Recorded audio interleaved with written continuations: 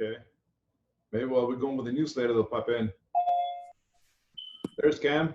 So, Hey, Chef, I'm here. I'm just shutting off my camera, man. Oh, that's right, Mr.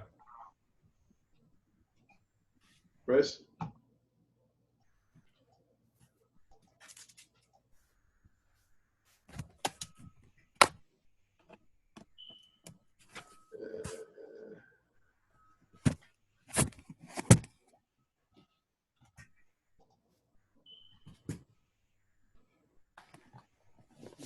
All right, cool. Let's go with the newsletter real quick. What is going on? We got another one more to go. So is this your guys' last kitchen block? Are you guys done or you guys got more to go? Not sure, Chef. I have technical writing, and I think I'm going to do the capstone project for part of my externship. Okay. That'd be good. It's easy. I got algebra and some nutrition course. Okay. Nutrition is good. Algebra, well, he knows math. Much said about that. Exactly. I don't like it. You'll be fine. You'll be fine.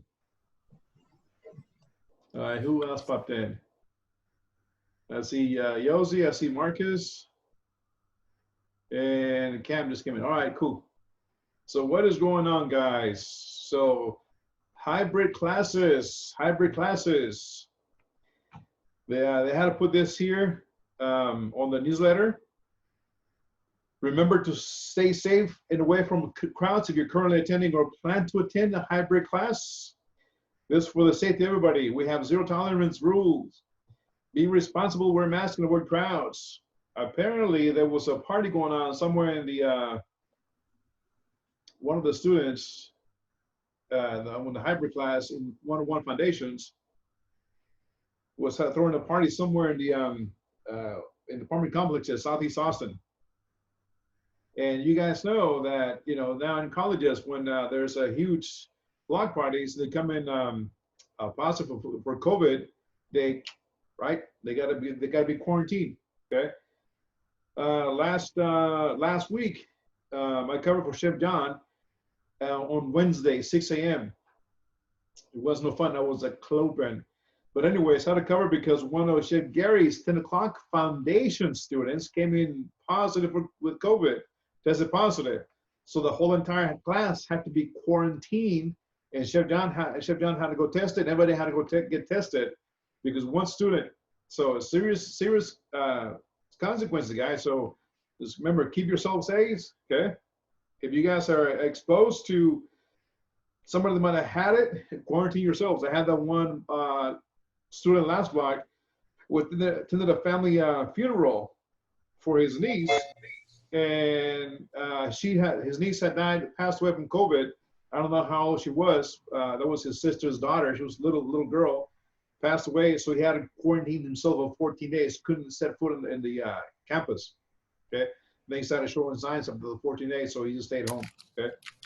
So anyways, guys, serious matters. Okay. So play it safe.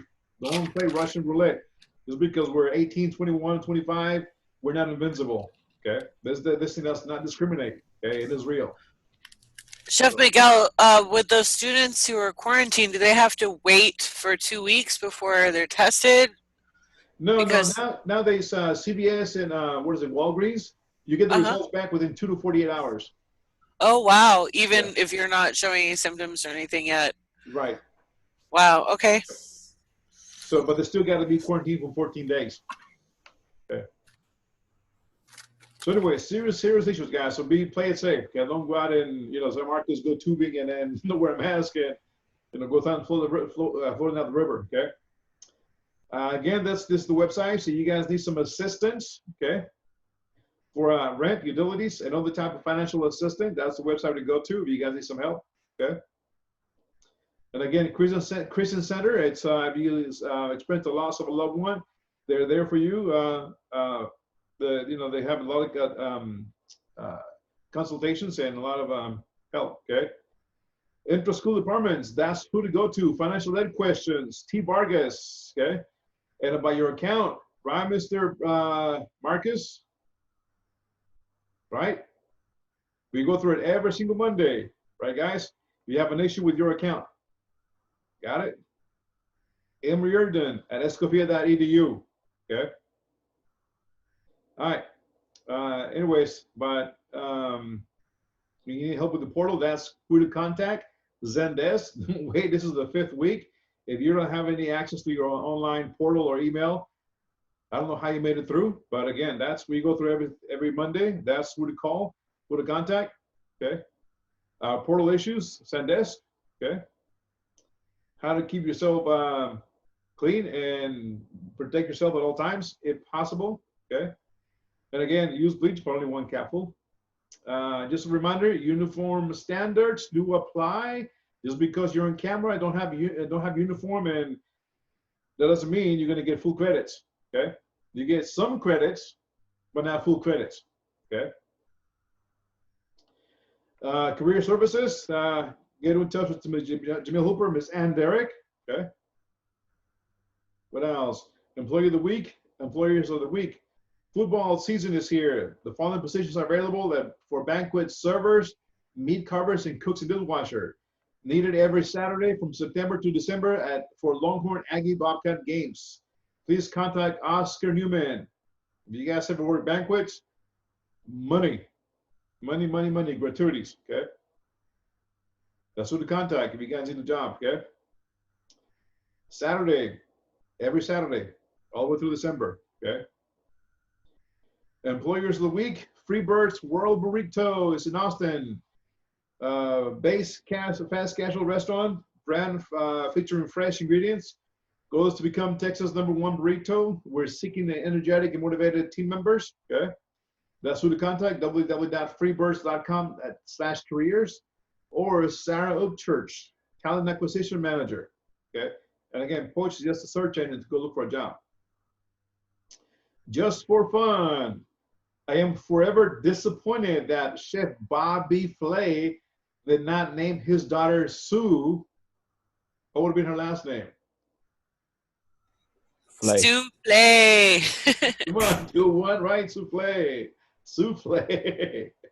That's kind of funny though, Souffle. Imagine if that was her name, Sue. Hey, Souffle.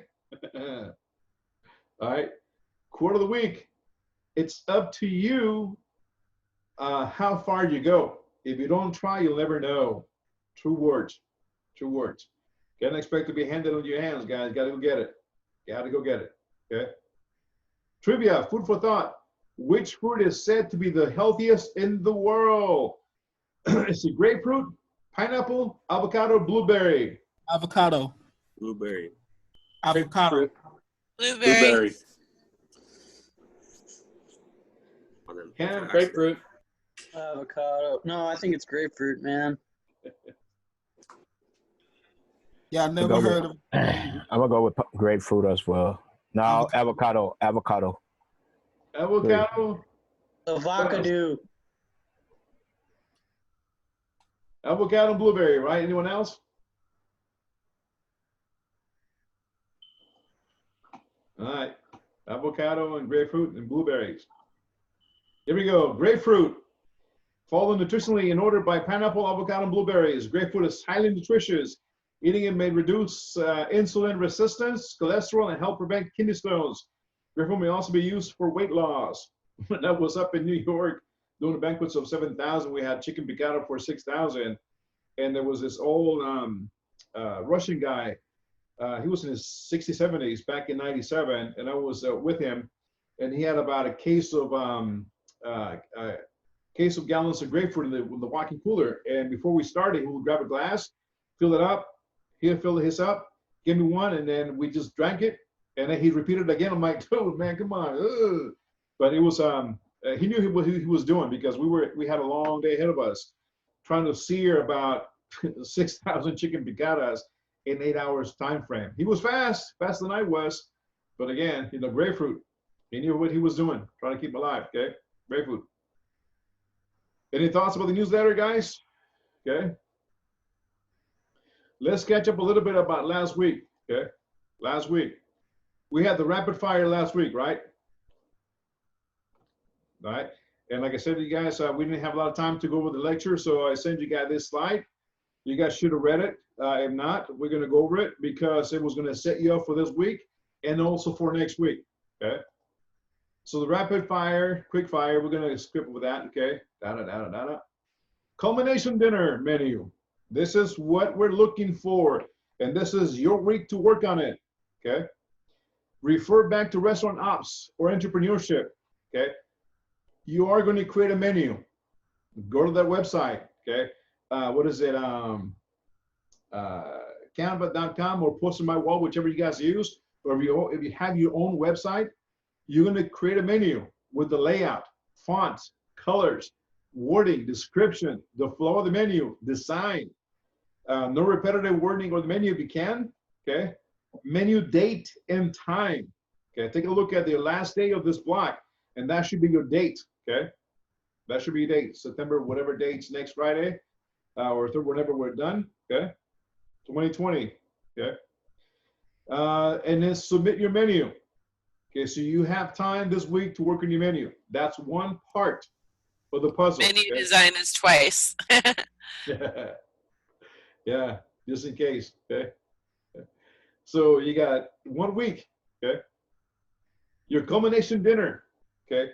You need to create a 4-course menu with the following: amuse-bouche. You guys made some last Friday, okay? And I'll give you guys honest critique. Either it was good, needed some work, or really needed some tweaking on the recipe. An appetizer, an entree and dessert, okay? 4-course menu. So when you devise your menu, 4 courses, okay? Guidelines for your combination for the 4-course menu: fresh, homemade, nothing store-bought. If you want to have some tacos, go for it. But you cannot buy a packet of tortillas. I said tortillas. No repeats. If you use avocados on your amuse-bouche, you can't use them on your entree or an appetizer. Okay? If you use rice on your appetizer, you cannot use it in the entree or dessert. So if you use rice as your starch in your entree, you cannot have rice pudding on your dessert. Okay? Like I said, again, if you use cheese on your amuse-bouche, you cannot have cheese anywhere else on the menu. If you want to use mozzarella cheese, you got to make mozzarella. Okay, you just can't go to the store and buy it. Okay. Small average portion of a bite size for your amuse-bouche. You guys know what we're looking for. Since last Friday, that was amuse-bouche practice run. Okay. Small bite size, almost like canapes, but they're not canapes. Okay, they're small, little ones. What else? Small, your entrees. Okay. Small and average portion of a bite size for your amuse-bouche. Appetizers, about 3 to 4 ounce. Small, petite. Okay. Entrees, starch, looking at about 3 ounces. Okay. Veg, 3 ounces. Protein, 6 ounces. Sauce, 1 ounce. Okay. Dessert, no more than 6 ounces total. Garnish and 1 ounce of sauce on your dessert. Okay. So because it is a 4-course menu, you don't want to hit them with an amuse-bouche of nachos and salsa, okay? Or chips and salsa. That's not amuse-bouche. Don't hit them with something that is heavy. And remember, amuse-bouche is something to entice the palate, something to open it up, to, you know, have them ready for the next one. Your appetizer should be an interlude to your entree, and your entree for your dessert, okay? Your dessert is your last one, and it should be the best one of your menu. Yes, all the other ones are great, but dessert is the one that is going to have everybody talking, okay, about your menu, okay? Just give you an example of a dessert concept.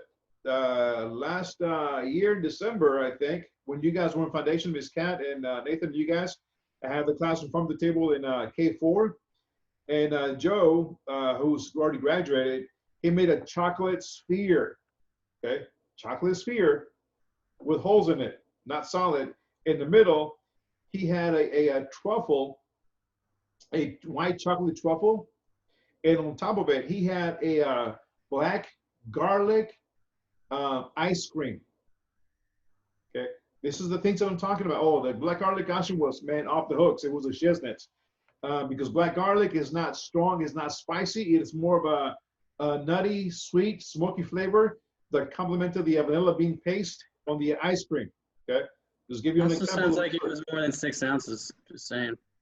It was about 2-3 ounces on the dessert, just about. Very, very small.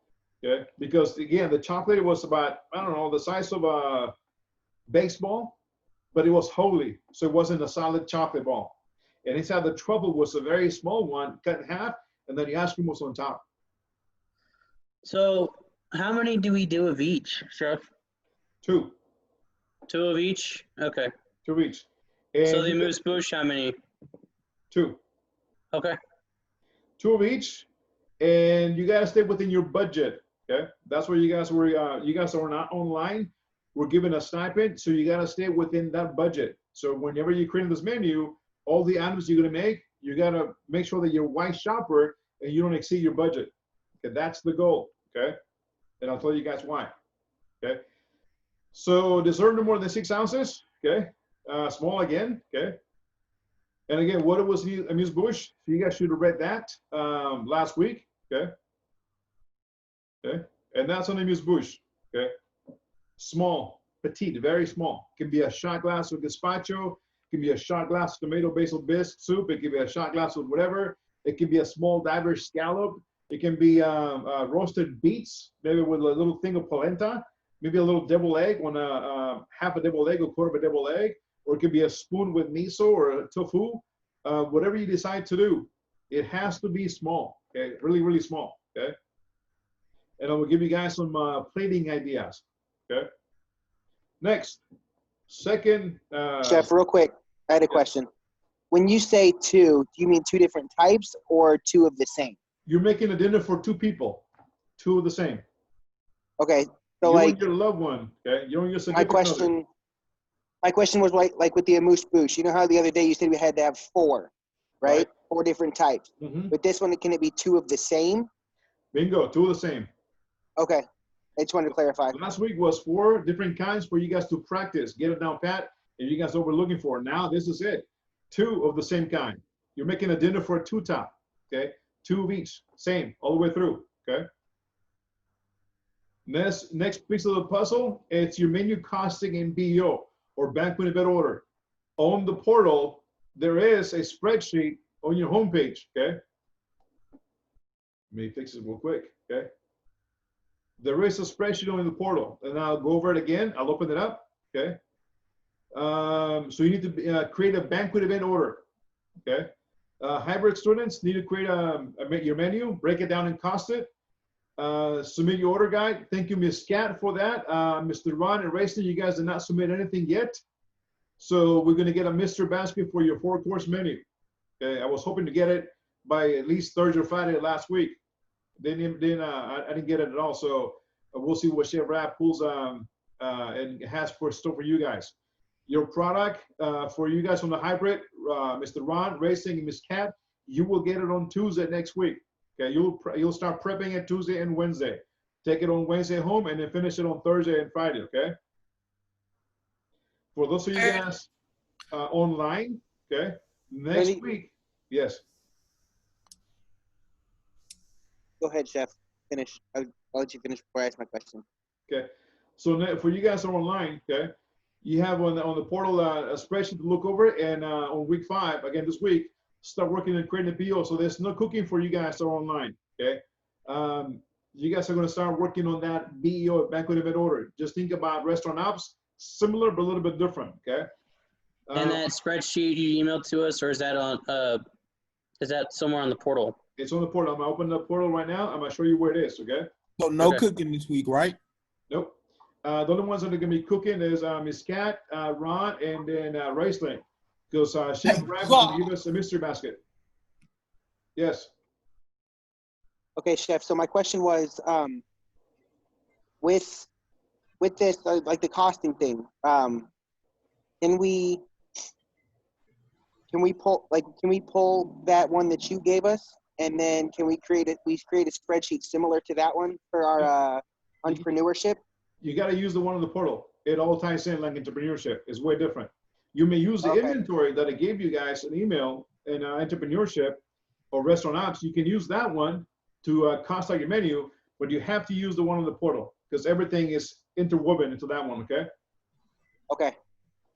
So we will go over it again today. He would also utilize the inventory sheets that I emailed you guys beginning of this block. For you guys that didn't have it, okay? Those are you guys, again, restaurant ops and entrepreneurship, you guys have it, the inventory sheet, okay?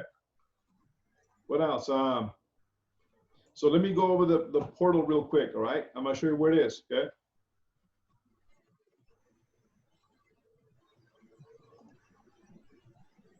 So this is your portal, right? Okay. Right, this is what you guys see, okay? So right here it says culmination dinner project spreadsheet, okay? It's right above week 1. You're gonna hit it, okay? You can open it. Come on. Oh, it's downloading. See if I can open it, okay? Da-da-da-da-da-da-da. To download, you just got to click on one of those tabs. Yeah, I hit it. Here we go. Okay. So here it is. Okay. Here's your banquet event order. This is your spreadsheet. Okay. It is very simple. Okay. But again, it is interwoven to everything else. Okay. Not as a team, individually. Okay. So utilize the local and sustainable products, okay? Utilize inventory. Guest price is $65 per person. Your food budget is $12 per person. Profit margin is 20%. If you guys remember entrepreneurship, your P&L statement at the end, remember I was pushing you guys to make sure that the bottom line was 20%, right? Not below it, okay? You're gonna develop a banquet event order, also known as a BEO, okay? Table design and room layout. Multi-day production sheets, prep sheets. You're gonna make prep sheets. You are the executive chef now. You are creating this event for 100 people, okay? Don't think like a student, think like an executive chef, okay? Staffing, you're gonna fill your employees, responsible sheet and timeline of event of execution, financial management, product requisition and costing sheet, profit and loss, and event execution. So at the bottom tab, boom, you're gonna post your menu here. Okay, that's where you need to go create that menu at canva.com or post on my wall or whatever website you want to use. Copy, create it, download it, copy and paste right here. Okay, and this is your banquet event order. What was that website you just said? Hold on. Canva.com or post on my wall. Okay. Did you say for 100 people? Correct. Okay. Can you send the links in the chat, Chef? Is that possible? Yep. Thank you. Okay. Let me go on chat real quick. Okay. One is called. Because a few, myself including a few other people, didn't do the entrepreneurship that you're talking about. Restaurant ops. If you had, I don't know who your instructor was for restaurant ops, but I make him do, you know, I let him go to that website and create menus. Okay. Yeah, we didn't take that course. Okay, so if you didn't take it. Ops or entrepreneur. Okay. So this is your chance to experience what that is all about. Okay, and the chat is postermywall.com or canva.com. Okay, I believe you got to create an account. Okay, it's free, but they'll start sending you junk email for you guys to sign up and spend money and blah blah blah. So don't worry about that. Just go in there, create your account, and then use your school email so you get junk to your personal email, and then create a menu, download it, and use it. Okay. Just a heads up, guys. There's no watermarks on either one of them. The Poster My Wall one has one like at the bottom right corner, but everything else is completely visible. So it's no need to worry about like, oh, is there going to be a watermark all over my food items? No, it's right down at the bottom. You can't even really see it if you're not even paying attention. Hey, Mr. James, what is the other website that can create the logo for the menu? The logo, honestly, I can't remember, Chef. that was like 3 or 4 blocks ago. If I did, give me like a day or two to do a little more digging, because I'm sure I could find it if I do a little digging. So yeah, give me like a day or two, and I'll get back to you on that one. Yeah, if you guys want to create a logo and put it in your menu, Mr. James, find out this cool website that you can create your logo. Ms. Yose too, right? You made your logo too, right? Oh, yours was different. Yeah. Is this like just a fantasy client and fantasy event location? Bingo. So Heard. contract date, that's your culmination dinner next week. You're the contract. Address 1234 Anywhere USA. Home phone number 1234567 Say, you know, all this junk right here, it's all sci-fi. It's all made up. Okay. Menu. You're gonna type in your menu here. Okay. Don't worry about the beverage, bar and beverage. Don't worry about the special instructions. Okay. What else here? So menu. Okay. Once you cost it out. Okay. You're gonna type in how much per person. Okay. And it should populate it. Okay. Don't worry about the room setup. And it's going to give you. Yes. Chef, when we type in a per person, is that like per plate that we're gonna be experiencing, or is that is that $12 that, so like, is that the cost of the item is what I'm asking, or is that the? No, that's the raw cost. Okay. That's So like if it was a burger, you let's say you made it for $1.65, and but you're charging 10. You put in that $1.65, right? Correct. Okay. Okay. And it's going to populate all the information here for you guys. And like I said, don't worry about the room setup. Don't worry about the special instructions. Okay. Next one up is your kitchen prep list. Okay. This is where you're going to break everything down. We talked about this for you guys who are in my restaurant ops and entrepreneurship. When you guys are an executive chef, you guys are creating the menu. You guys need to start writing down who's going to make what and how much. Okay. Those of you guys who haven't taken that class, Mr. Ron, I really want one of them. So think of it of a honey-do list, okay, a to-do list. Okay, when you're gonna when you expect to be completed, what they're gonna be doing, how much, and any special notes. Okay. So Barney style, Ron, like you'd be doing it for your soldiers. Right. Okay. So that's your prep list. Other one is production requisition costs. Okay. Amount needed, requested. Beef tenderloin. I'm just giving you an example, right? Okay. Unit, 5 pounds. Product description. Okay. 5 pounds beef tenderloin. The price. Use that inventory I sent you guys. Okay. You got about 4 or 5 different kinds of spreadsheets. And the grandmother of it all is the one that's called Chateau on the Lake. That inventory, I used to have about $50,000 worth of product, and it has almost everything on that inventory. Pull the price out of there and plug it in here, but you have to do the legwork because that inventory, I think it gives you like a case of beef tenderloins. I'm just using an example.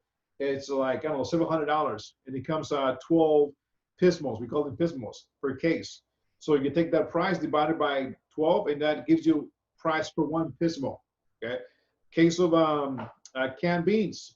There's 6 in the case. It gives you a price of the case. You break it down by 6. That's 1 can. Okay. So that's what the inventory. Chef, yes. So for the purposes of this requirement, this assignment, where are we supposed to be getting this information for our stuff? I just went over it.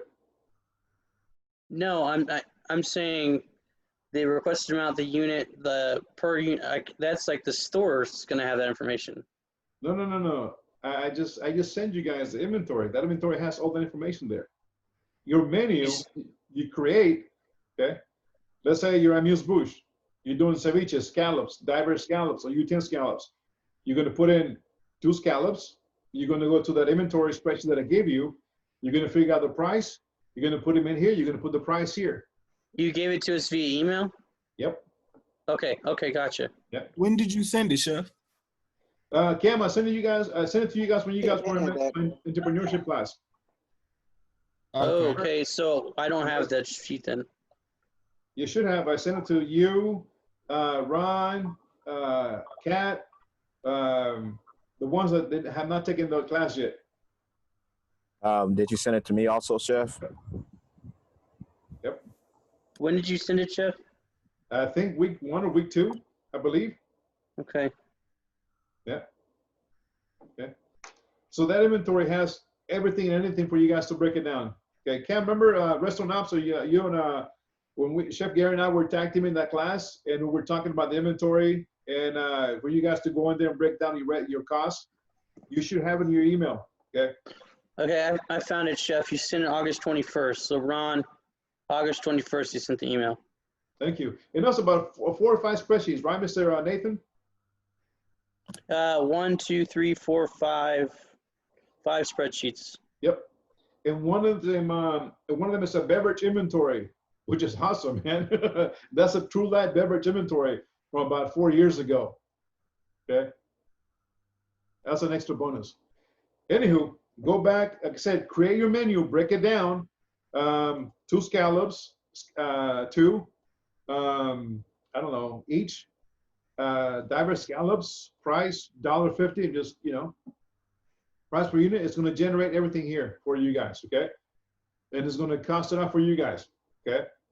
Requisition cost, how much it's going to cost to get them in. Servings, 2, okay? It's going to break it down by portion cost, your menu price, okay? If you take a look at it, it's already dividing J48 by J49 up in the formula bar, okay? So, and then the food cost percentage is, what is it?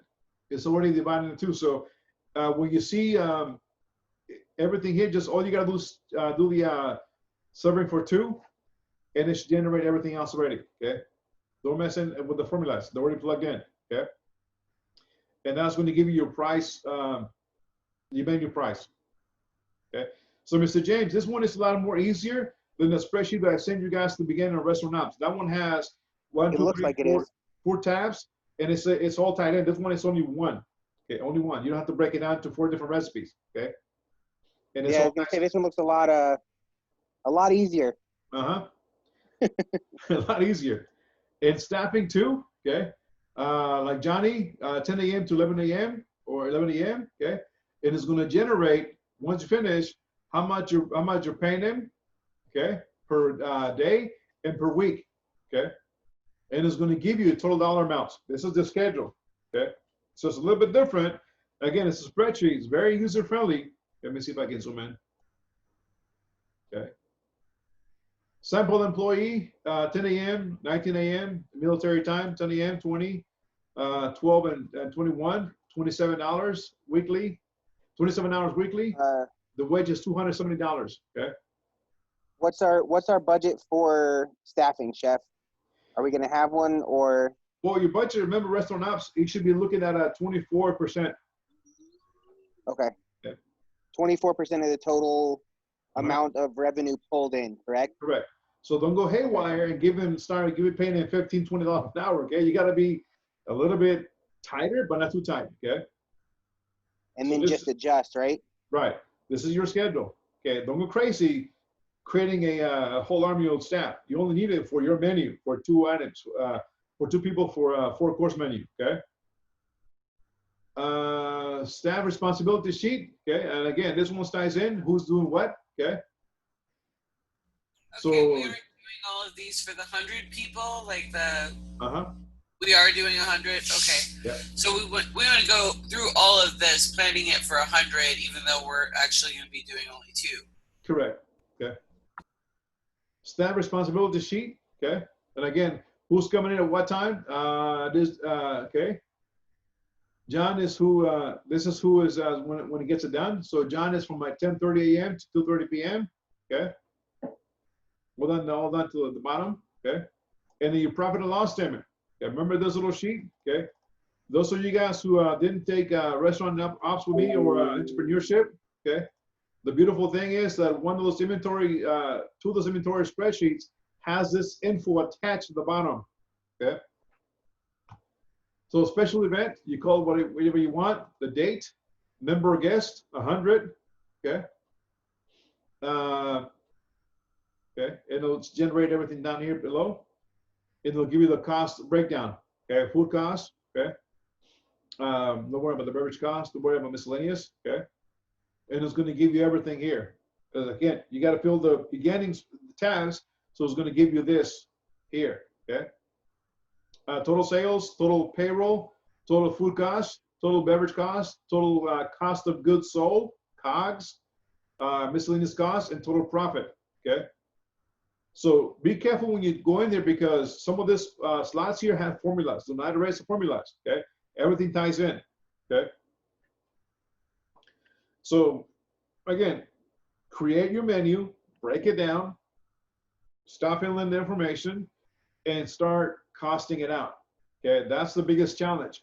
For you guys that did not take entrepreneurship, it's going to take some time. It's going to take at least about a couple of days to figure it out. Hey, Chef, Yeah. Yes, will sir. you repeat that real quick? You said cost menu and then like.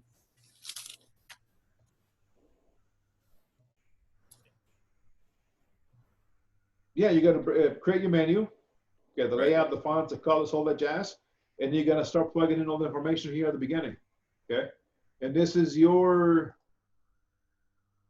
recipe cost card, okay? So, Chef, theoretically, by the end, that P&L sheet should be filled out once everything is done. It's going to populate. Yep, it's going to populate as Okay. you're filling all the information, just like entrepreneurship, okay? Okay. I'm so glad we don't have to create all these this time. No. They were already there for us. Yeah. So, and again, the beautiful thing is you guys have that information at your tip of your fingers, okay? Your fingertips, the inventory sheets, the 5 spreadsheets that I send you guys, everything and anything you can possibly think, it's right in there, okay? It's true. So I have a question. I have one more question, Chef, Go ahead. and I'll be quiet for a little bit. No, go ahead. The yield, are we going to leave the yield at 100%, or should we adjust for whatever item it is that we're using? Like a tomato, for example, or a piece of asparagus. Leave it at 100% because otherwise you're going to throw the formulas off. Okay, so just leave it at 100%, like Yeah. whether or not you peeled that potato and threw away the skin regardless, right? Correct. Okay. I Because think you're reading way too into it, man. no, 'cause I just want to be sure, dude, because that can affect total outcome of everything.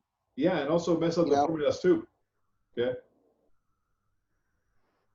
So again, who else? Chris, Mr. Ron, Mr. Nathan.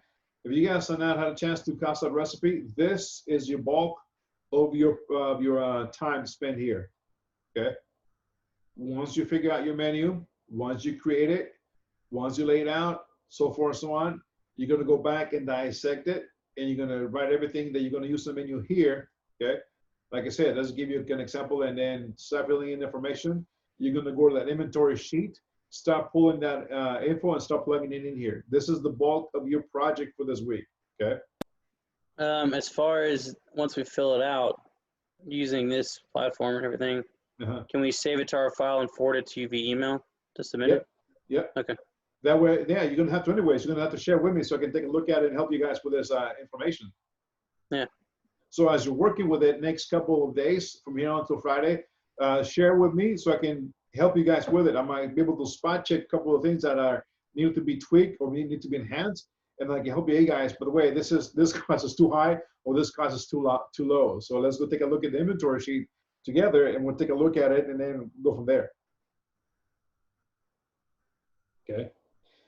So for you, Mr. Ron, you're going to be in campus Tuesday and Wednesday. I can definitely help you one-on-one with this one, okay, while you're there. If you don't want to participate in Cooking and Mystery Basket, want to do some of this stuff, that's fine too. And I can help you with this too, how to break it down, what to look out for, okay? Just make sure yeah, Chef. I was going to get with you on that tomorrow also, with all that. But as far as like, I'm just going to come out of my own pocket to do my menus for all that stuff, because I'm still working on my menu. Okay, but remember, you got to keep it on the budget too, even if you say you're going to come out of your own pocket, okay? Okay, what's the budget? Your budget's $100. $100? Yep. Okay. Okay. So that's the budget. So if you bring your if you have a laptop, bring it to school tomorrow, and I can definitely help you out with this one. Okay. Roger, Chef. Okay. Same thing, you, Ms. Cat or Mr. Racing. If you guys want to tag this project and on campus on Tuesday and Wednesday, cook a little bit, I'm more than glad to help you guys with this tomorrow and Wednesday. If not, if you guys got it down pat, then get cooking and make some start practicing some of the plating techniques. Okay, that's the goal. to figure out your plating techniques. For these of you guys online, definitely I'll be with you guys logged in. And as you guys are creating and making the spreadsheets, I'll be with you guys the next 4 days, helping you guys navigate through the spreadsheets and where to go, how to go about it, and make sure they all fill out properly. Okay. So it's not as intimidating as it seems, right, guys? Yes, Chef. Yes. No, once you figure out the math, Yes, Chef. it goes real quick. And it's a lot easier than restaurant ops and entrepreneurship. It's a lot easier. That So, one, Chef, yeah.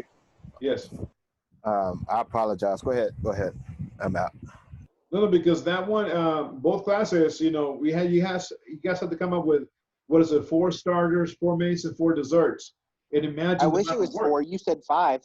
Oh, 5. My bad, 5. It was 5, 5, and 5. And now remember the amount of work that needed to go into costing it out, right? So with this one, it's only technically 1 item, right? 1 item for each one. Correct. Okay. So a total of 4 items. That's it. So Okay. it's not as daunting, but it is still going to take some elbow grease, some legwork on how to dissect it and cost it out. Okay. So we take everything that off of this Chattahoochee lake inventory, and this is what we're going to use for our menu, or what? Right. You can use any of those inventories, whatever you're looking for. If you can't find it on one spreadsheet, go to the next one until you find it. Usually there's unless you got some funky items like I don't know, whale lard or just horse meat, then I don't know. Right. But everything should be on the spreadsheets that I email you guys. Okay. So create a menu, right? Break it down, stop filling it in, cost it out, okay? And then figure out your P&L statement at 20%. Okay. It's not as hard, guys. It's not hard, right? So James, Danny B, Yosi, right? No, it's everything is literally on his spreadsheet. It's in bulk. So all you really have to do is divide, like if you're using ounces, you divide that bulk price by the ounce price, and then you get your price for 1 ounce. And then that 1 ounce, you multiply by however many ounces you're using. I know that sounds kind of complicated, but let's say it's, for shits and giggles, it's 16 pound case, right? So 16 divided by 16 is going to be 1. You're paying $1 per pound for that, right? Yes, it's not as hard. That's it. So, and then if you want to get the ounces again, you would divide by 16 again, and then you're paying 16 cents. Or I don't think it's 16 cents, but you get what I'm saying.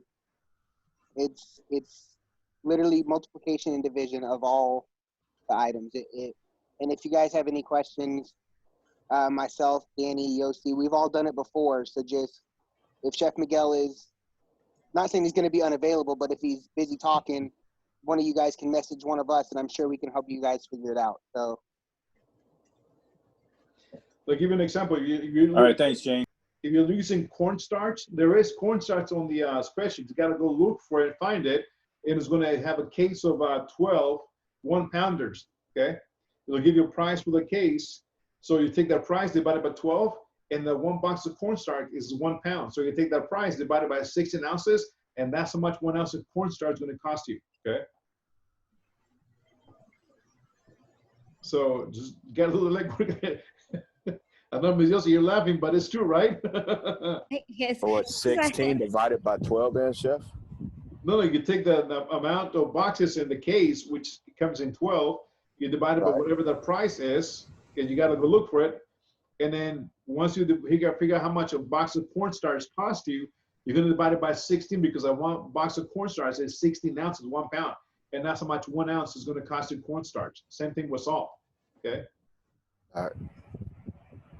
and some of these you're going to question it because it's going to be like so astronomically low, like salt and pepper are like 2 cents or like 1 or 2 cents. And you're going to think that that's completely wrong. but more than likely, if you did your math correct, it's not going to be wrong. It's just that low. Like, Right. So again, it's not that hard, and it's one spreadsheet. It's with four items. It's real easy. Okay. So that's for this coming this week. Solely concentrate on the project. All right. And it's not that hard. Okay, guys. All right. I don't want to save it. Okay. But it is there on the portal. Okay. So again, you go to the home page. Okay. You go to the top here, and it says Culmination Dinner Project Spreadsheet. Open it and download it. Just open it and start filling it in. When you do, share it with me so I can help you guys with it. So it'll be a lot less stressful and a lot easier to complete. Okay. You guys should be having this done by Friday. Okay. Menu, layout, fonts, logo, costing it, pricing, labor, prep sheets, responsibilities, everything on that note. Okay. Got it? Yes, Chef. Chef. So let's go over, we're gonna go over front of the house training. Okay, again, a little bit more of, there we go. A little bit more we'll be covering restaurant ops, and it's gonna be a little bit redundant from both restaurant ops and entrepreneurship, but also you guys haven't taken it yet. This would be kind of like, gives you guys a bird's eye view what it takes to train the front of the house, okay? So front of the house training, we're gonna be talking about what goes as far in front of the house, all the way down to napkin folding. Okay, and I'll explain to you guys why, and that is also imperative, okay? Because hopefully, if you do have table napkins, the expectation is for you guys to set up your table like a fine dining restaurant with your choice of table napkin fold and your table setting. We're going to be talking about Russian table service, American table service, buffet table service, and also French table service. How you're going to set up everything, how logistically everything goes on the table and what purpose it serves for, okay? So bear with me the next few couple of slides. We're going to be talking about the front of the house training, okay? Front of the house training, okay? So FO, okay? Fee, fi, fo, fum, FOH, front of house training, okay? Some guidelines for training restaurant servers. You got to train them, and you can spot the ones who have not been trained or the ones who are set up and they're all different ways, okay? So regardless of the restaurant size or style, the serving staff represents the face of every dining establishment. Why that is imperative? Because if you are creating this menu, you want to make sure that your servers or whoever you hire can deliver that quality service to that table. Okay, because remember, you're spending quite a bit on this menu, on your 4-course menu. So you don't want nobody with the bowl of soup with a thumb inside or holding a glass of water with a finger inside too. So you got to make sure that your menu is delivered properly because you're spending quite a bit of time and money on it. Okay. So these individuals have the most face time with the customers during the visit, and positive interactions can go a long way towards ensuring those same patrons return. Hiring the right employees for the job from the start is always ideal, but the introduction of a structured server training program can pay huge dividends for your business. Okay. Server training, by putting some thought and effort on the restaurant training program, you can immediately emphasize your workplace culture for every new hire and lower the turnover rate. And again, in the restaurant business, it's a high turnover. Front of the house, man, I don't even want to memorize or know the name because they come in one day, they go the next day. So I try not to, memorize the name because they're like, what happened to Joe? Anyway, they quit or they walked away or they got fired. Okay. So by putting some thought and effort in the restaurant training program, you can immediately emphasize your workplace. So here we go. Okay. Choose any steps below to read the section you must interest you. So there's a couple of links here. You're gonna again create a server handbook, hold a server orientation for all new hires, get goals for the server training, cross-train your servers, shadow and experienced servers, hold the menu tasting. Those are very important. So on your menu, if you want to practice it, if you got time on Friday, if you're done with the spreadsheet, you want to try some of those items, practice it on taste, see how it is before you can finalize your menu, okay? What else? Shadow and experienced servers, follow menu tasting, perform tasting and role play, ongoing training, and creative incentives, okay? Server etiquette guidelines, okay? You gotta have etiquettes because you cannot have a slap of a server representing you and your name and dropping the food that you went so much to spend on it and drop it like it's prison food, right? We're not doing that, okay? Server uniforms, you gotta make sure they're in proper uniform, just like in school. They're representing your name, they're representing your signature, okay? You don't wanna come in and have somebody that look like they slept in their car for the last 2 days in the uniform, right? That's gross. Anyways, server scripts, you know, how are they gonna talk about the food, okay? And typically in this, the culmination dinner, and what it has run in the past, all this comes in line because you break into 2 groups. First group cooks on week 5 on Friday, and the other half of the group of the class serves that food. And then it reverse roles the next week, okay? But now you're gonna cook your own food, your own menu. So you're gonna have a chance to showcase what you're capable of doing and what you have been trained and what you show up your skills. In the past, it was everybody culminate, make a menu, and then half of the other class serves it, okay? So server scripts. Server scripts is when you guys present your menu next week, okay, I'm gonna have your menu, and I want you guys to think about how you're gonna present your menu to me. I'm your customer, okay? So I'll give you an example. Welcome to Nathan's restaurant. This is Chef Nathan made this amuse-bouche for you. He has made a diverse scallop with a balsamic glaze reduction for your taste buds. And then the next course, Chef Nathan has made this appetizer, which includes this, and that, and it's cooked this way for your enjoyment. And then that's done. And then the next one, Chef Nathan has created this entree to have flow with the amuse-bouche and appetizer for you to have, okay? And then the final one, the dessert. So as you guys are working on your menus, think about your script. How are you going to present that menu to me, okay? And when you present it, I'm going to put it on the screen so everybody can see your menu as you guys are describing each course to the whole class, not just to me, okay?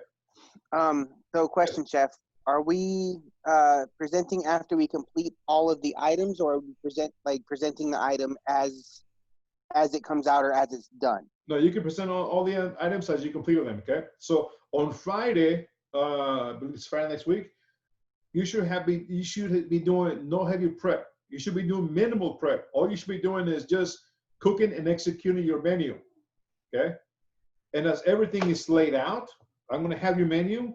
You're gonna go in there, okay? You're gonna talk about, hopefully take pictures, send them beforehand. You're gonna talk about your amuse-bouche. I'm gonna put your menu on the screen as you're reading the menu. Then the menu goes away. Then I'm gonna pop in the pictures of what you made, and you're gonna be saying, this is the amuse-bouche and so forth, so on. So think about your script, how you're gonna describe your food to me and to the whole entire, your classmates on Friday, okay? So think about the script and how to upsell, and also safety policies, okay? Again, you gotta upsell. So when the entree goes, and you say, well, I'm gonna interest you in the dessert today, and this is what we have, this is what we had created for dessert. This is what Chef Victor has created for your dessert, okay? Or Mr. Marcus has created for your dessert. This is his creation, okay? And you're gonna describe what your dessert's all about, okay? So think about your script for next week, okay? What else, okay? Mission statement. If you want to create a little mission statement for your menu, go for it, okay? Like, you know, McDonald's says, I'm loving it, something like that, right? Concept and culture, again, on your menu, it's how you theme it. What's your menu going to be? Is it Cajun? Is it Asian? Is it Italian? Is it French? What's the theme, the concept of your menu, okay? And as you present it, yeah, this is, I don't know, this is, you know, Chef Miguel's menu, right? It's Kansas City menu, and this is what you're going to have in the menu. So theme your restaurant. I mean, theme your menu, theme your food, okay? Make sure that it has flow, okay? Tour the building. So when you guys hire somebody, you're going to make some tour the building. So you're going to give us a tour of your menu next week, okay? let me go back. When I was hiring staff, not to deviate too much, we'll spend the time of going through the resumes and making the phone call contact with them, and then allocate a time for an interview, in-person interview. I will bring him, and if the interview went well, if I saw body language, if I saw somebody on their first impression, then I will go and continue to give them a tour of the kitchen. Okay, I will get up and say, "Let me give you a tour of the kitchen," but on purpose, I will walk fast. And guys, I'm 6'2", I got a long legs, I got a long stride. So on purpose, walk fast, not run, but I walk fast with my long strides to see how fast it could keep up behind me. I had one kid who I hired for a dishwasher. He was like my shadow. Turned around, I was like, "What the? What are we here, man? Really?" And I had other people that I hired, and I was giving tours, and I look back, and they're like, "What happened?" They're like way 2 miles apart. That in itself told me that they have no sense of urgency, and they're slow as a molasses. Okay, so, and again, that can disqualify somebody from being hired. So That's not fair, Chef. What if you got like a real short person? Like, I know you guys said you got big steps, right? So what if like 2 of your steps are like 20 of theirs? Like, would you expect you expect them to be running? No, I expect to be on my side. I had a cook that was 4 foot nothing, and she was a speed demon. She was faster than I could ever, possibly than me, but she kept up. So it's all up to the individual. They want the job, they're going to stick with me. They're not going to run or jog, but they'll stay right close to me. They're not going to fall way behind. Okay. So tour the building. Provide training and schedule. You guys are going to have your production sheet. You guys are going to have your schedule. Create a benchmarks for training. You guys have that spreadsheet. Okay. And again, all this ties in for your spreadsheet. Benchmarks is the prep sheet. Who's doing what time. Okay. What else? And again, in the business, you're going to cross-train your servers. Okay. With hostess, cross-train your food runners. Okay. What else? Shadow and experienced servers, how to take orders, how to use the PO system, side work rotation, very important. Learn where the items are stocked, restaurant layout, and how to close out. The worst, the worst I ever heard, somebody's like, "Oh, that's not my job," or "I don't know where it is." After being there for 6 months. I'm like, really? You've been here 6 months, you don't know what something is? Come on. It's insane. Okay. And hold a menu tasting. Okay. So again, if you guys want to practice a little bit, taste your food before you present it. Okay. You guys seen that commercial with a Heineken beer? 2 girls and 2 guys? And the guys. No, Chef. No? There's two ladies at somebody's house apartment, and there's 2 guys. One of them is cooking, and one of them is holding a Heineken, right? And he's like inclined on because he's loving his Heineken. So the 2 ladies are tasting the food, and they're like making all these faces, right? And the guy that's cooking, he's asking him, "So how does it taste?" And the 2 girls are like, can't even answer. And the guy with holding the Heineken is like, "It tastes great."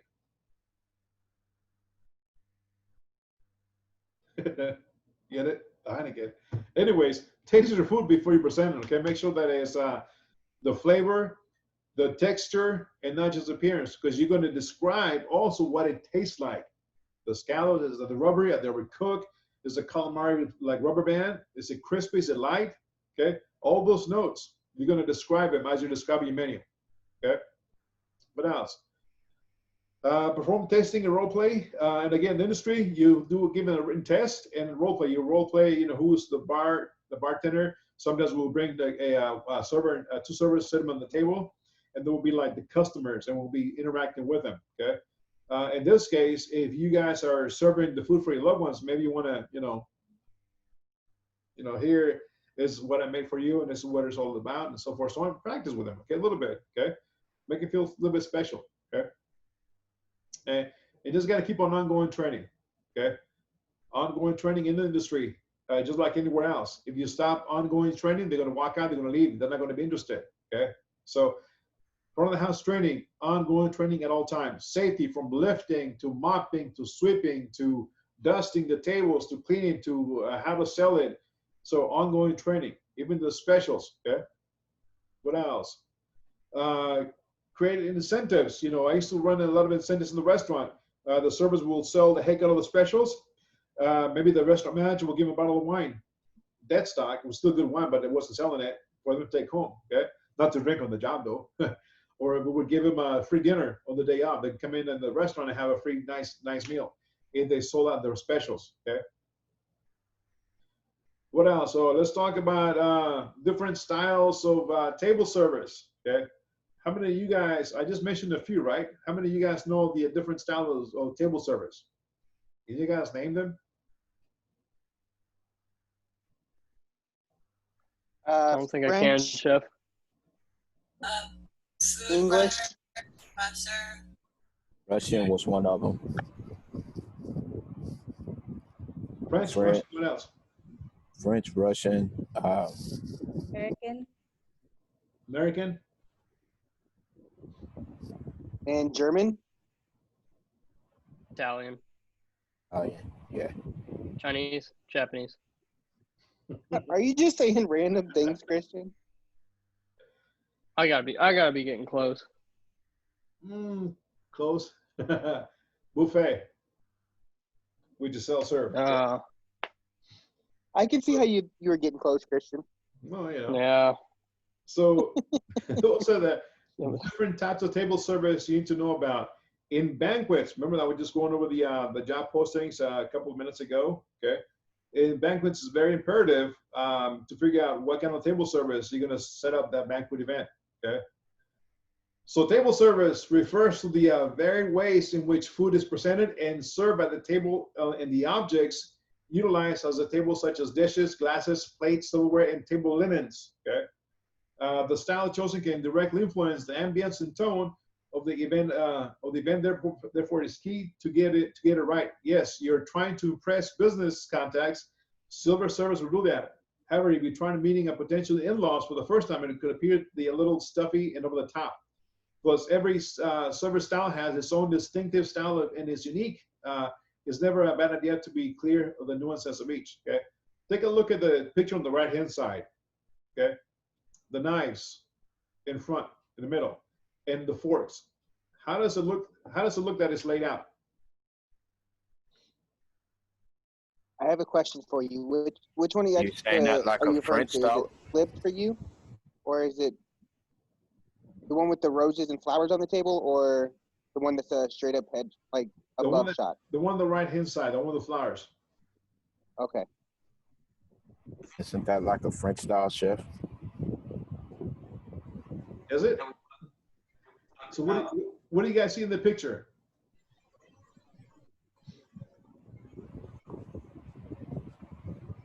Come on, military guys. The knives is on the right hand side of the plate. Forks is on the left hand side. The way that the napkins is inside of the plate.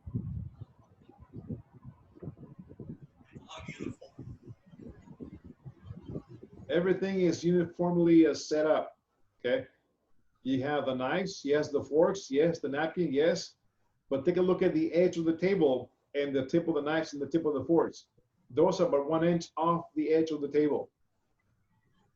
And you get enough space between them for your fingers to grab one. Look at the glasses, 1 o'clock and 2 o'clock, right?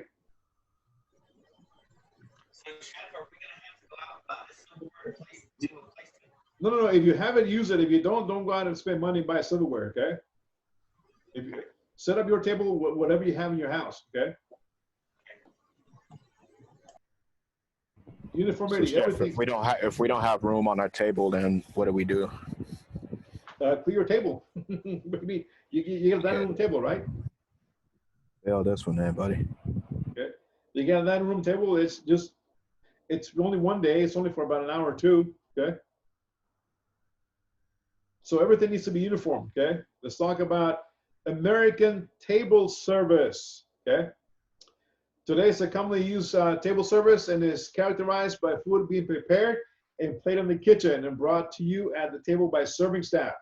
This is the most common type of service in restaurants in the world over, as it allows a lot of people to be served quickly. Okay, it is more formal style, can be presented to you on their plate cover or a cloche. However, you will always have your portion size decided for you and should be served from from your right side. So you always serve from the right side, always clear from the left. Okay? Because you don't want to interrupt when they're having a conversation, right? They're always, when you're talking to somebody on the right-hand side. So you don't want to see that dirty plate being removed, right? So always clear from the left. Serve from the right, clear from the left, okay? So you have the charger, okay? Or the charger plate at the bottom, your soup plate, you have your napkin on the left-hand side, your salad fork, dinner fork, and dessert fork. So you always start with your first fork on the outer side, and you work your way towards the middle as you go for dessert, okay? Same thing on your spoons. Right next to the bowl, you have your dinner knife, your teaspoon, and your soup spoon, okay? On the left, you see your dinner fork close to the plate, and then your dessert fork, dinner fork, and salad fork. So whatever is first, it's on the outer side, not next to the plate, okay?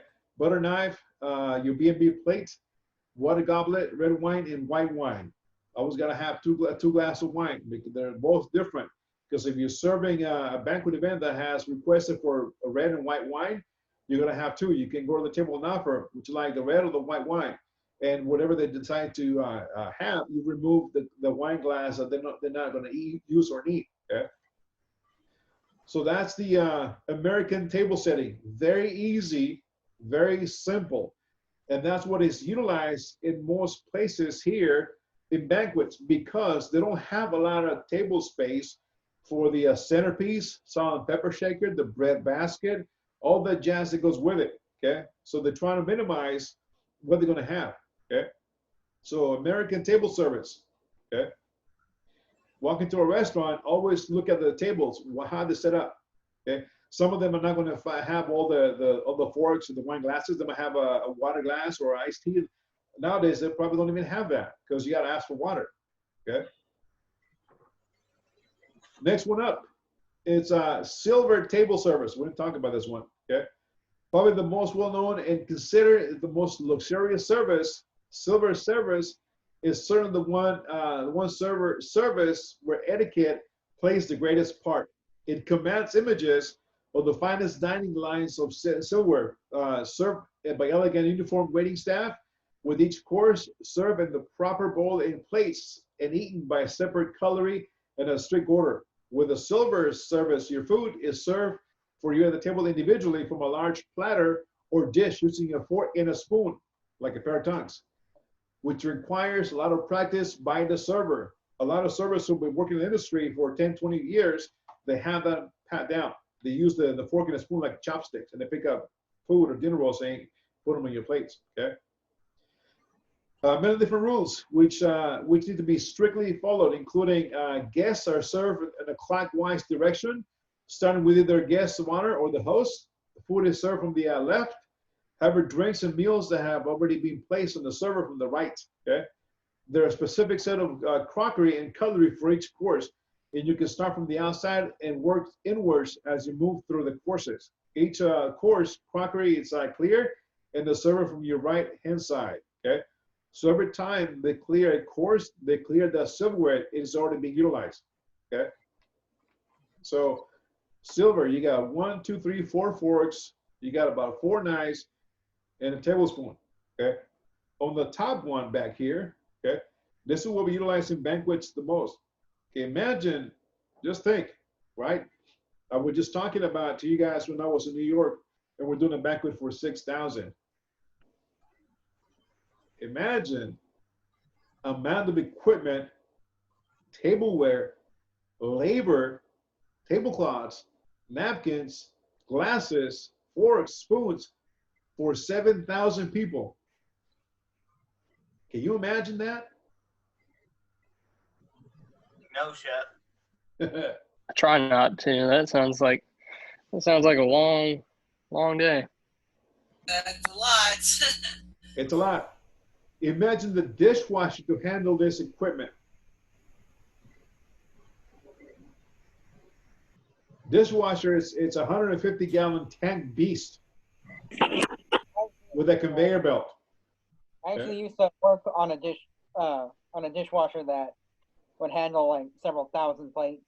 It took up like if we're thinking of like K2, it took up like the entire kitchen.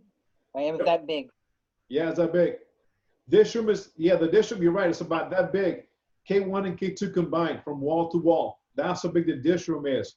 Because you gotta have the tables to drop off all the dirty tableware, and you gotta have, it takes about 7 dishwashers to run it, okay?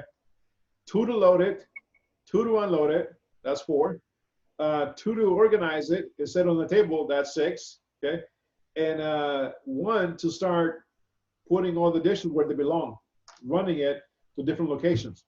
7 dishwashers to run that 150-gallon tank beast. And then you got all those runners to take out the trash, because 1 trash can is not going to be enough for all the iced teas and lemons, right? And all the food that has to be eaten to be collected from 7,000 people. So it takes an army of staff to be able to handle 7,000, and the room and the dish machine to be able to handle that equipment. It's a lot of fun. It's a lot of adrenaline. Yes. So I have a question about that. Like, and so we're going to 7,000. I've worked in plenty of kitchens. I seem to know how to stash this correctly. How would you manage that for 7,000 if you can't do it for 300? What's the, like, is it require training or what? Sorry, I can't hear you. You're all broken up.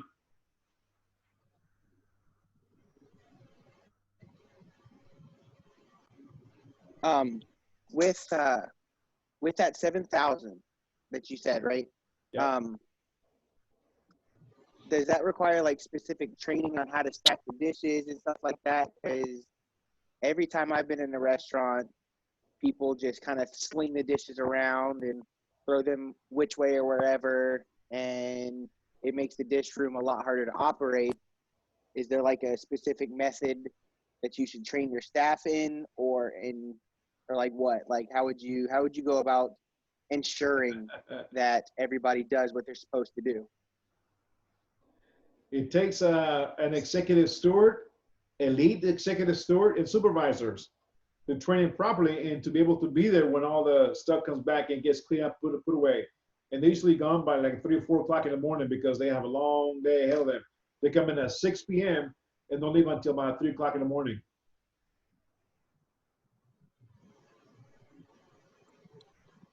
So treat the dishwashers right, guys, because they're the heart and soul of the operation. Without them, can't survive.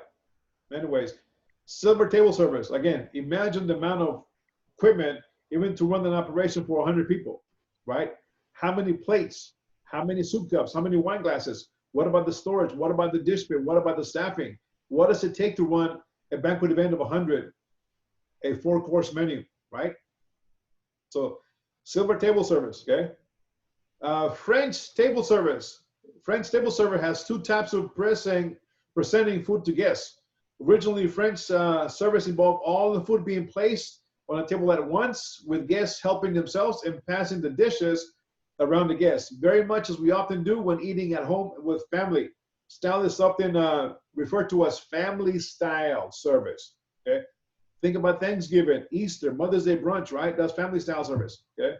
You put everything in the middle of the table and you start passing it around, okay? In the more formal style of French service, a server presents a dish of food individually to each guest, and the guest helps themselves to their plate. Sometimes the food will be cooked in the kitchen and then finished off the table in front of the guests, like Bananas Foster's, Baked Alaska, that kind of deal, okay, or Caesar salad.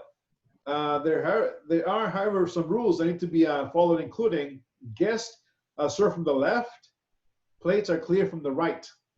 Female guests always serve first. And I can take a look at the picture on the left-hand side. The spoon and the knife, they're about ½ an inch from the edge of the table, okay? Take a look at the napkin fold. Easy, right? Okay? 3 wine glasses, coffee cup, coffee saucer, teaspoon, and a dessert spoon, okay? French table service. Russian table service. Russian table service involves different styles of, depending on the chef and host. Often the food is prepared in the kitchen, and then each course is brought into the table subsequently and carved and portioned out by the waiter, which the guest then helps themselves to.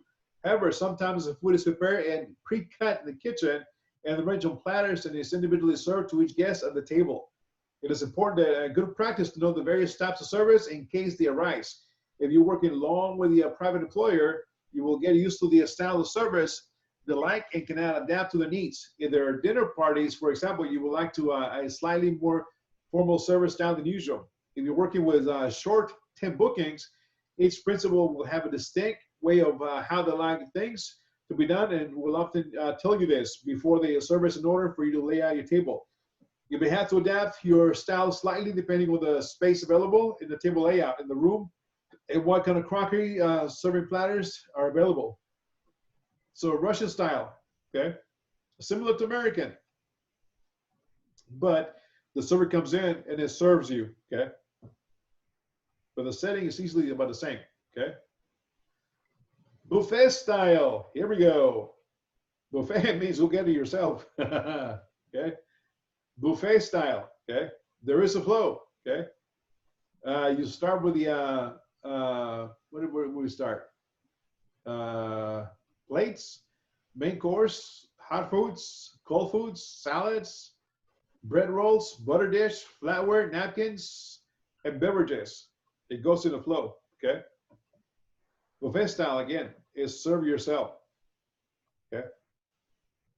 But you do have still the knife and fork on the table. You do have your plate. You did have your beverages already set up, okay?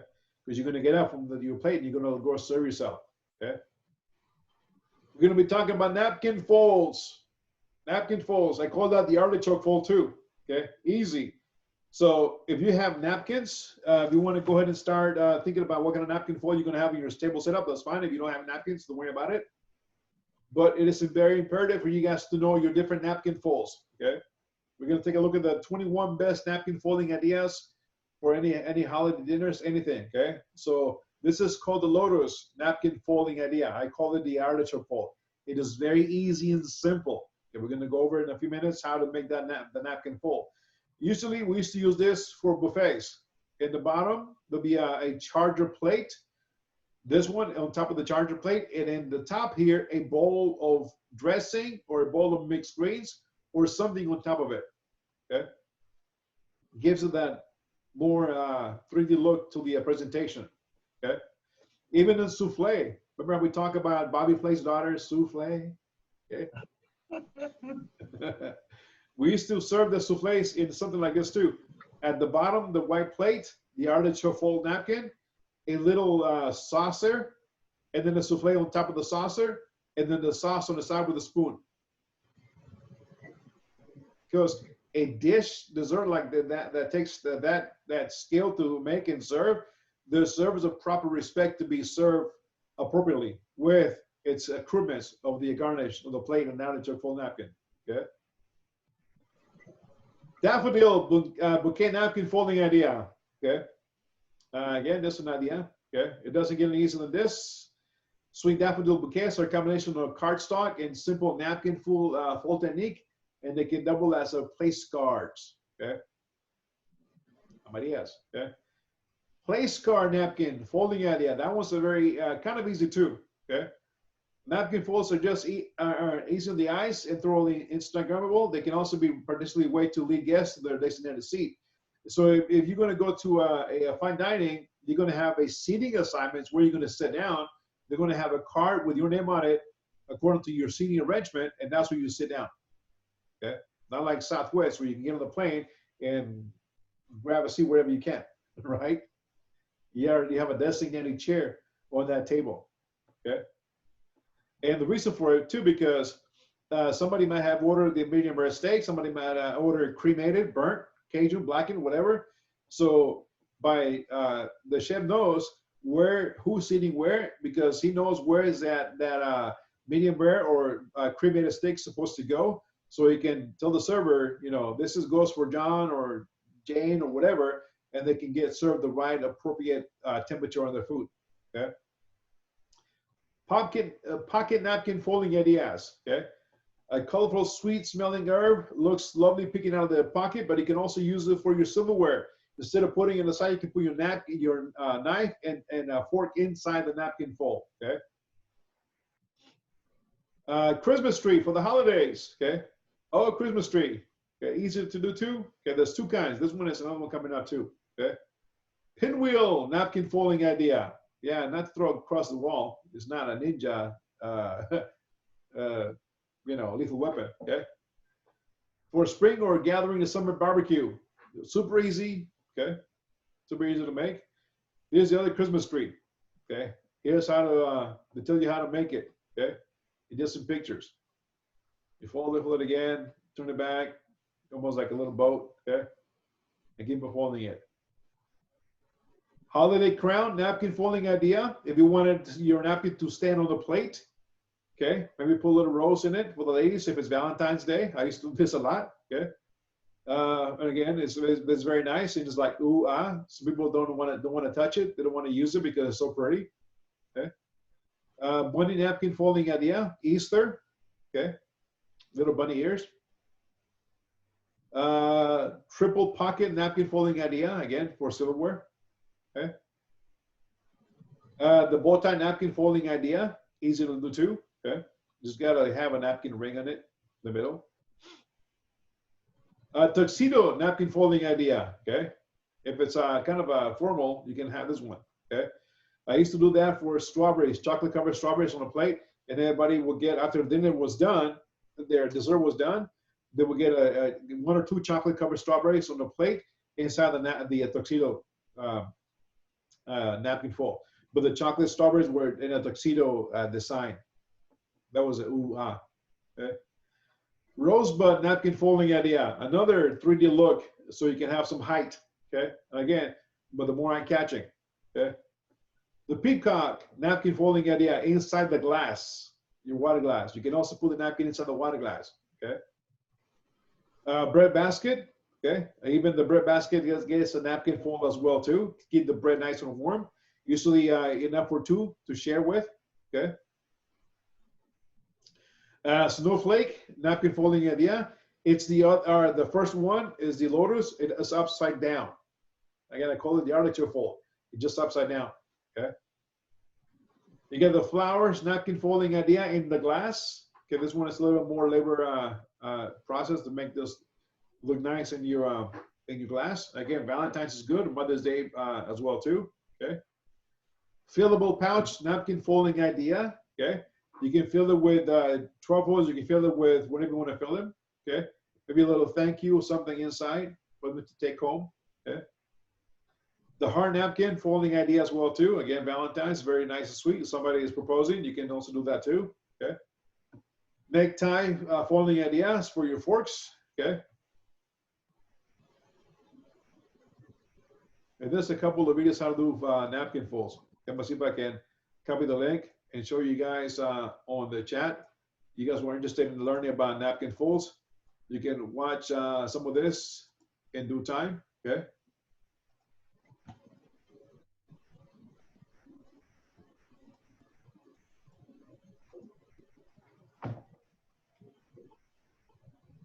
That is one. Go check them out, guys. Okay, they're really cool when you have time. Okay, because we're gonna look at some plating ideas in a minute.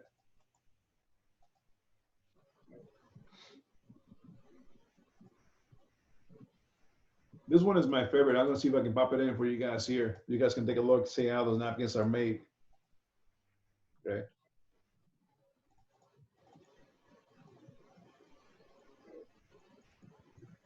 Billy.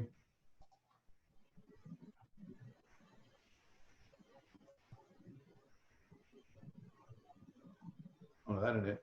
This chapter shows how to prepare the restaurant. That wasn't it. I'm sorry, guys. Okay.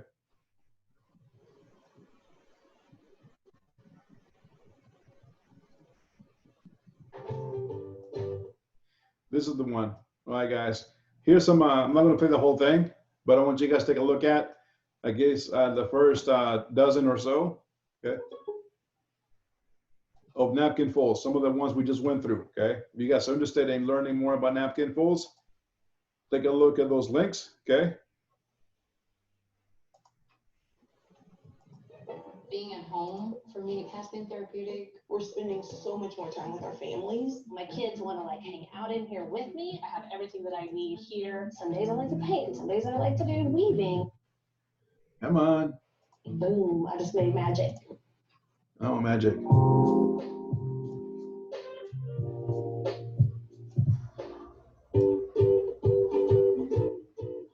Similar like the Peacock, okay? It goes quite fast, but again, it's going to tell you guys how to fold your napkins, okay?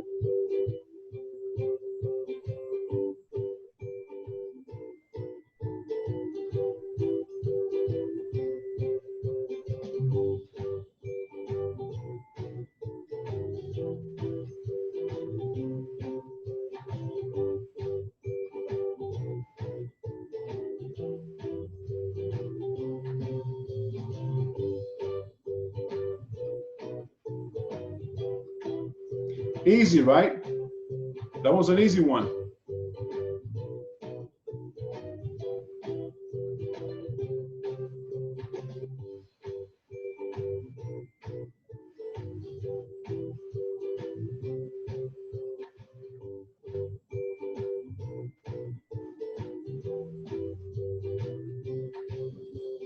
A little more complex.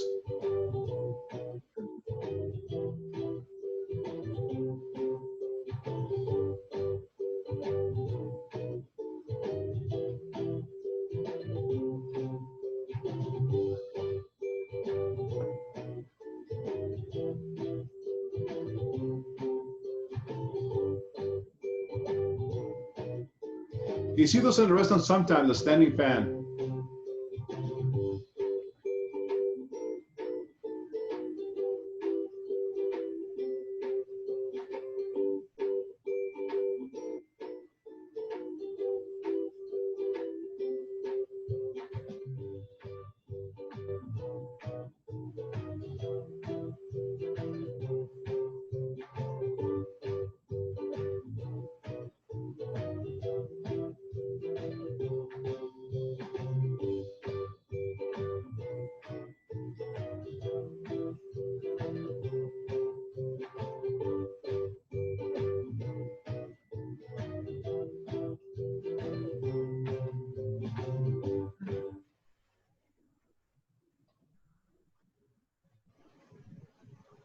You see those a lot in banquets.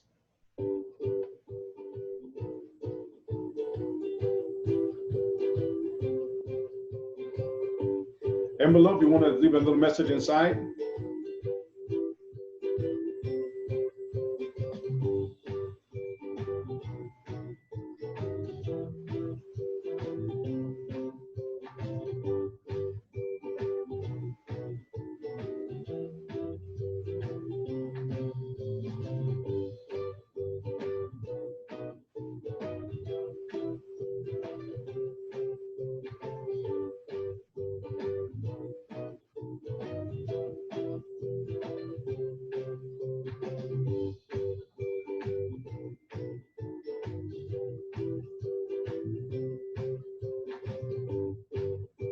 And the artichoke is also the same one.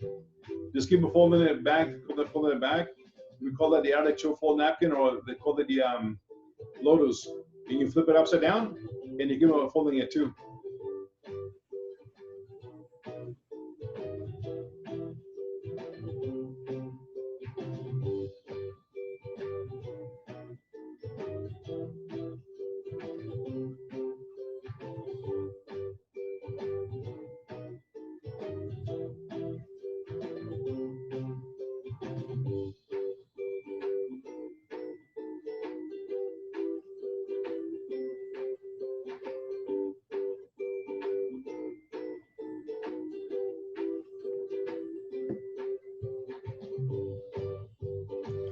Little elf hat. Oh, come on. Really? Come on. Help us flip the Senate. Jeff, they gotta make their money somehow.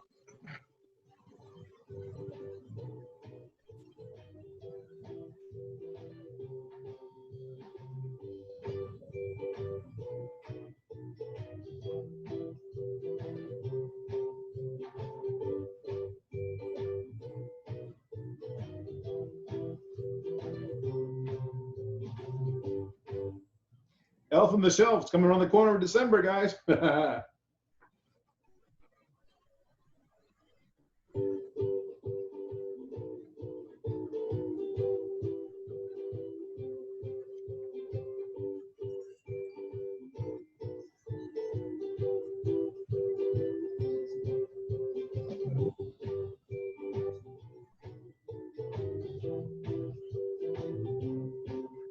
You'll see this quite often too in the restaurants and banquets. That was easy too.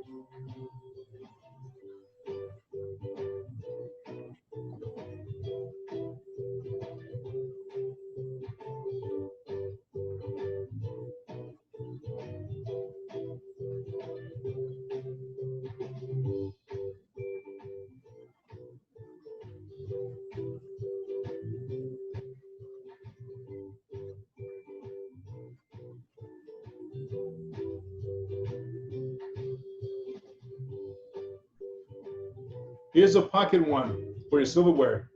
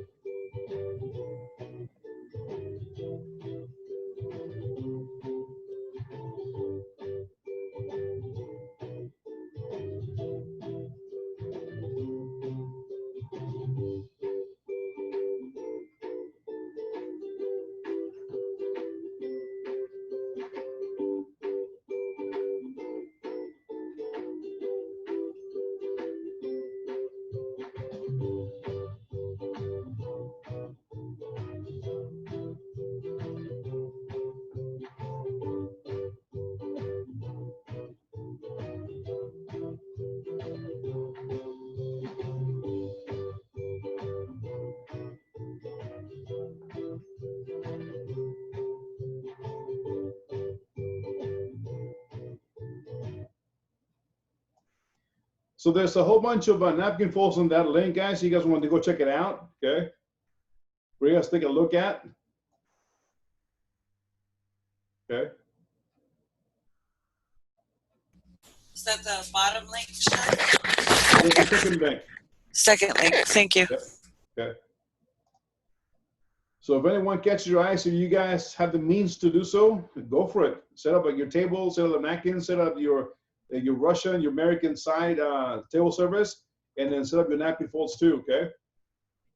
So let's go more about plating ideas. Yeah, right?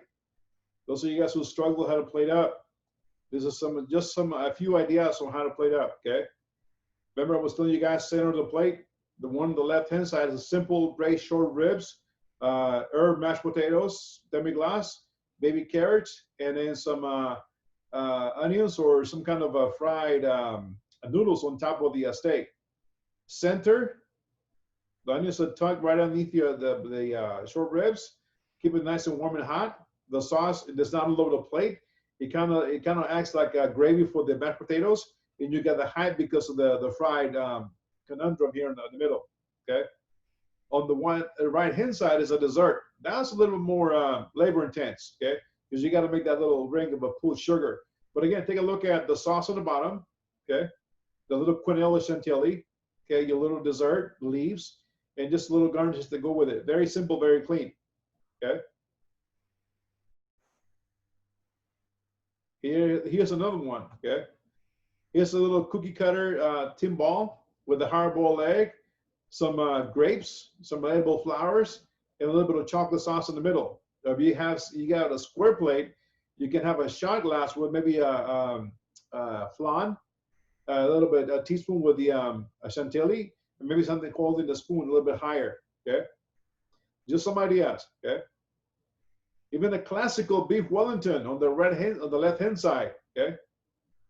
Little bit beef Wellington. It's beef that is wrapped in puff pastry, but it has duxelle inside. You have the carrot puree in a tin ball. You have the celery over here on the side, and you got maybe the mushrooms on a little edible bowl, and the sauce not all over the place. Or the one on the right hand side, it's a little dessert.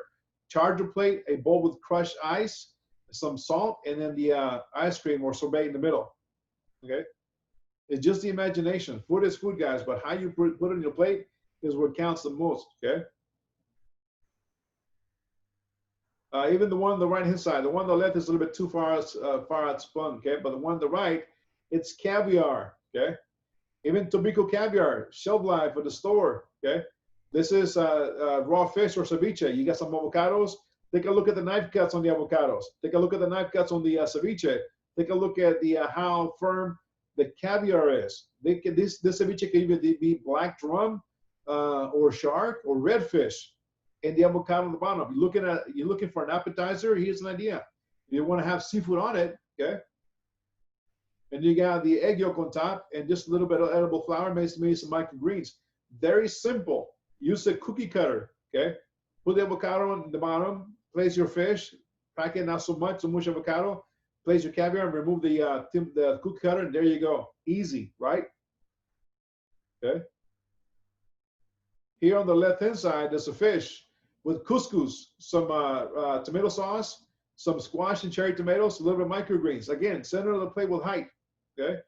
On the right-hand side, you got the beef Wellington. Rare beef tenderloin.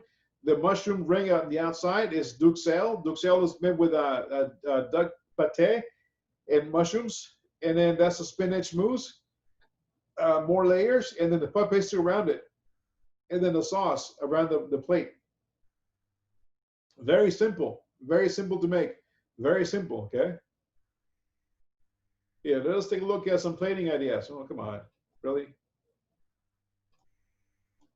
I'm gonna share that with you guys, but let's take a look at some plating ideas, okay?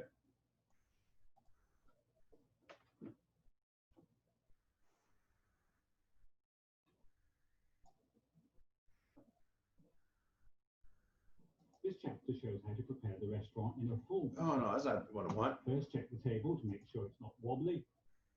Okay. Is that this one? I think this is one of the first one.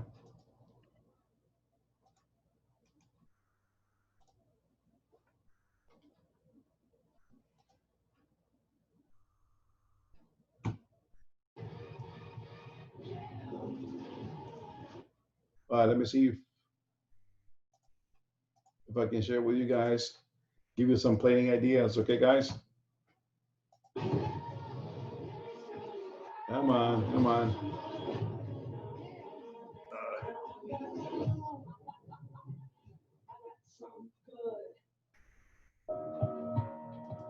Here we go.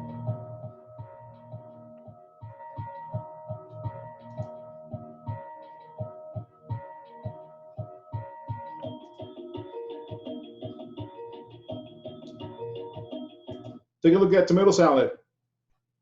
It's a salad, right? A lot of us have a lot of challenges with plating up a salad, but it's a simple salad. Heirloom tomatoes, avocado, grape, orange, Asiago cheese, petite greens, microgreens, herbs, oil, balsamic reduction, lemon aioli, red radish. Okay.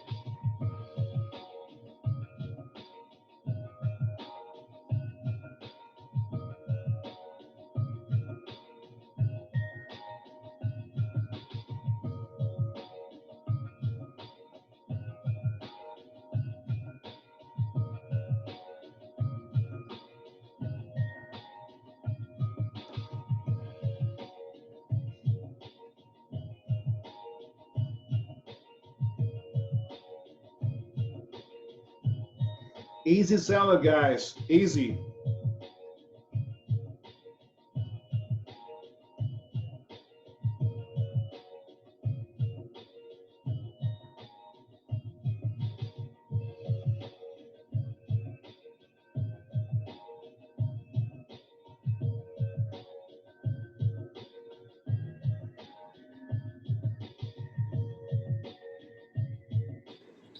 You should be wearing gloves, right, Chef? Oh, yeah. Too many cuts on his arms. Look at that, man. I don't want another pus on my salad. That's extra Right. dressing, Chef. What you talking about? You don't want the extra dressing? No.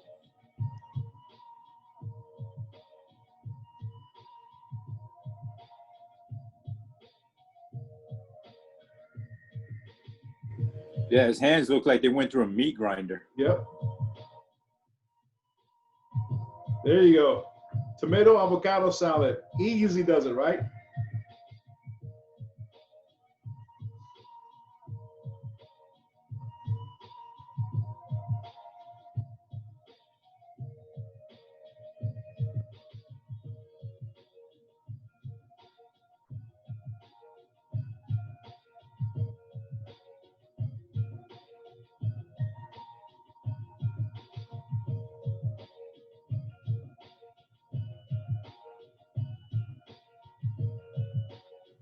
You put some sprouts on there, chef?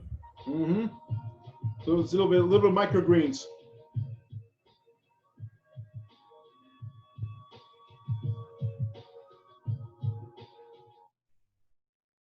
Okay, that was one. What do you guys think about that one? It's all right. Got something for the main course though, chef? The entrees. Yep. I got some here too. Okay, that was just one idea. Okay. Heard. Let's see if I pull this one up here.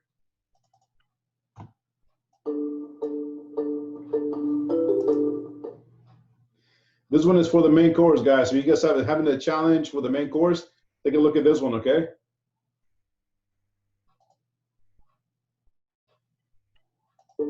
Hi guys, Mike Ward here, and what I want to do with you today is take you back to your childhood and do some good old-fashioned finger painting. And what I mean by that is today is not about flavor, it's not about taste. As a matter of fact, I'm not even going to taste what we make. It's probably going to taste like crap. We're focusing on appearance and aesthetics and plating. So I want you to throw out that old school concept that was built into your mind from years of crappy restaurants as a kid, as it was for me. We call it the rule of thirds, which is protein on 1/3, veggie on the other third, and some kind of starch on the other third. Get that out of your head. We are using ingredients that will be intimately familiar with you already. You probably already have most of them in your fridge, but we will be using new techniques in the way we put them on the plate. I want you to be fearless. I want you to allow yourself to make mistakes. And that is how I think we're going to learn something new today. So let's get started right now. Okay, I've got 2 squeeze bottles here. One contains green peas that I blended up with a clove of garlic and a good splash of olive oil.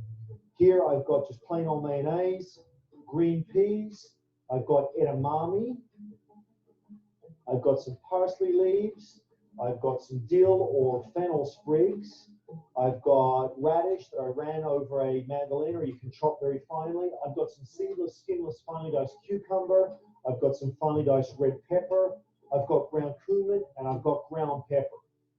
I'm going to take my green pea puree, give it a good squeeze, and smooth it out with the back of a spoon. This is a... See how easy that was to smear the sauce on the plate? Yeah, chef. Common restaurant technique that you see all the time. And then I'm just going to kind of dab it around the plate. I'm going to have fun with it, experiment. If there's anything you don't like, you just have a damp cloth and you can remove it. I'm not putting anything on the left-hand side of the plate, as you notice, because that's where I would leave space for the protein, be it fish or chicken or beef or whatever you decided to plate with it.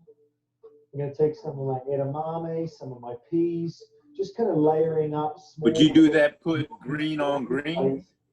Yep, no you can. right, no wrong, just plain. I'm clumping them in little piles so I can put the radishes on, which will create some height. I've got my thinly sliced radish, just kind of topping them up, creating little sections of interest around the plate. More peas.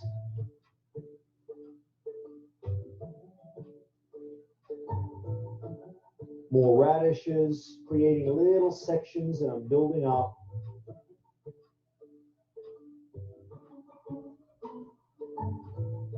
A little bit of parsley leaf, fennel sprig.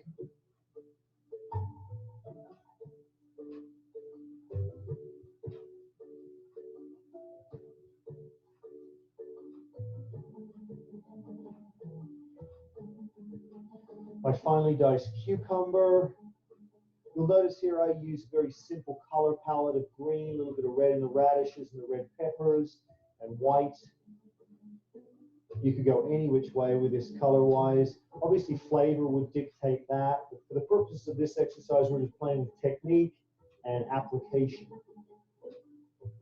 Mayonnaise in the squeeze bottle, again, randomly playing with it.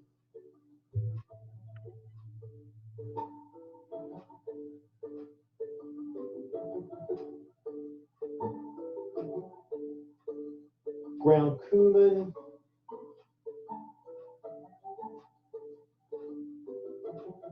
Giving the plate different texture, little moments of excitement for the eye to enjoy.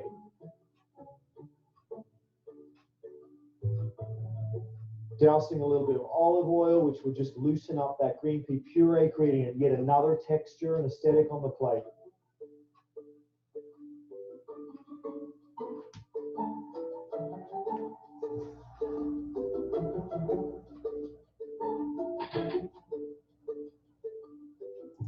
What do you guys think about that one? That one looks kind of, I wouldn't say bland, but like, I don't really know the word. Like, it's not like bedazzling. I don't see what the point would be, because if you took a bite of that, all that plating, it would just, you know, it's going to taste like mayonnaise and green peas. Right. I don't know. Like, I mean, it's gorgeous to look at, but I'm like, actually, now that I look at it even more, the more I'm like, it doesn't even look that appetizing. So, Chef, it looks like a lot of clutter. Yes, Cam. Is it for elegance? Yeah, for the flow. See how it's using the negative space on the plate, right? Like a $70 dish, right? He's got flow, yep. I mean, yeah, you're right, Ms. Cam, but it does have flow. So there it is, guys. Now, that may or may not be to your personal taste, but hopefully I've given you a couple of tips and techniques that will allow you to expand your own plating techniques. But most importantly, what I really hope you took from today is this kind of concept of being completely fearless in the way you cook food, because that's what the world's best chefs do daily. From that fear comes mistakes, or at least growth, and from that comes experience. And in a day's time, month's time, and a year's time, you won't even know yourself in the kitchen. You will be blowing your own mind. So thanks so much for watching, guys.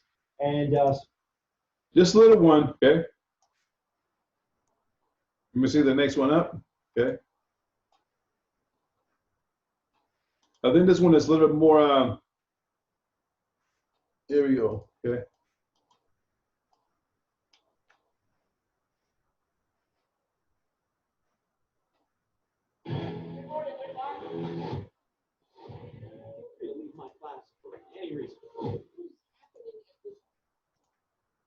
Here we go.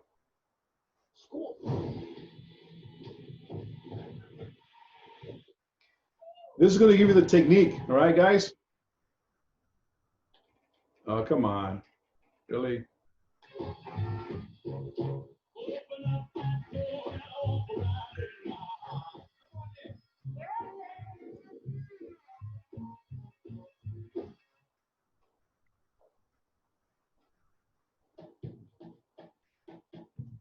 Okay. This is what, where's Nate? Oh, he split already. Oh, there he goes. This is what Nate was doing last week with the chocolate brown and the mousse, the chocolate mousse.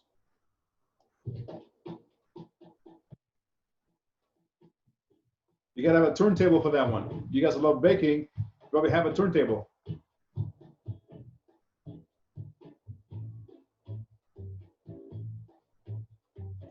Remember I was telling you guys last week with the fork? You put the fork down and you dust it and you remove the fork, it leaves the fork indentation on the plate. Same concept. I've seen people do that before. Yep.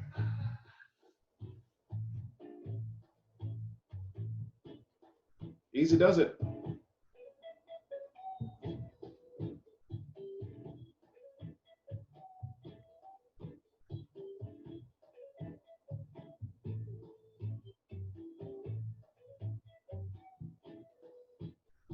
Kind of dirty, but Picasso-ish style. This one's really cool though. You guys like sushi? I'm not eating no raw fish. Delicious. That does look really cool. Yeah, and it's real easy. I like that one. Yeah. Take a look at this one. Little cheesecake, right? Thin and simple.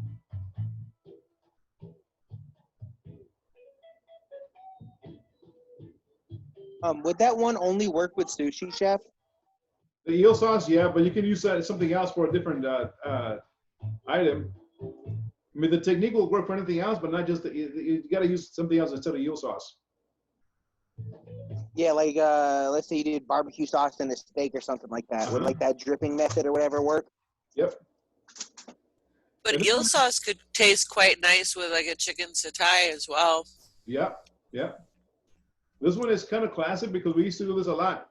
The red dots, and then you do go with the skewer, the pear nap, or your thermometer, and you make hearts.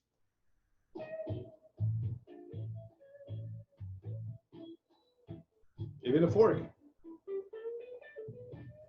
That'll make my ears hurt. Again, turntable, if you have one, use it. That's dope. Easy, right? There you go. It's symmetrical. Yep. I seen this video on Facebook like 5 times. Mm-hmm. What about that one? Look. That's an art term called decalcomania.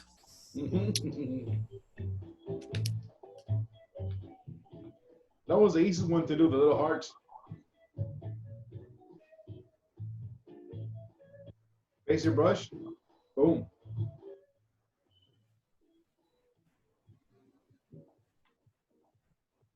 These are just some life hacks, guys. Okay.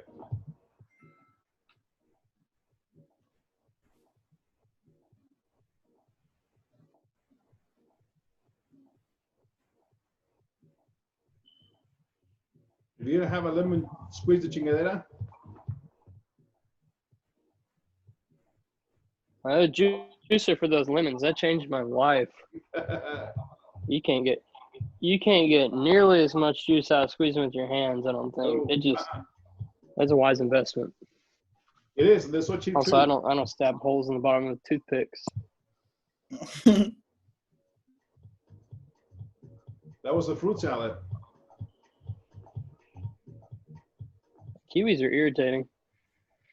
Yeah. I always miss some of the flesh. Beat them with a paring knife, just like a tornado potato. I'd have never thought of that. Right? For a salad. I like cutting it.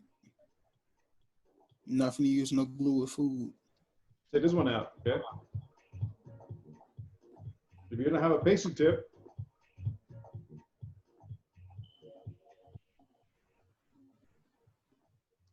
Cross-contamination.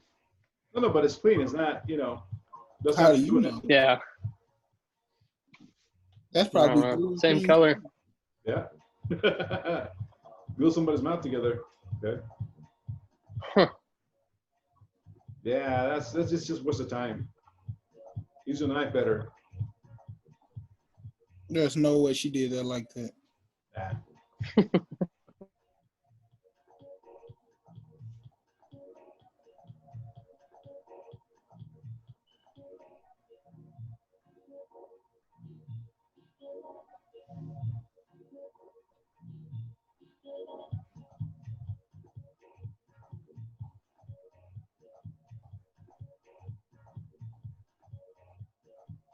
Salad spinner.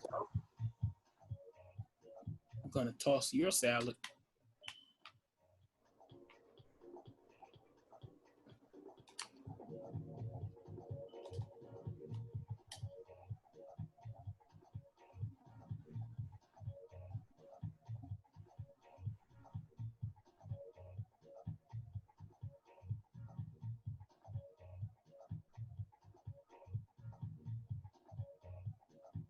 I've done that with pulled pork and the big giant mixer with a paddle.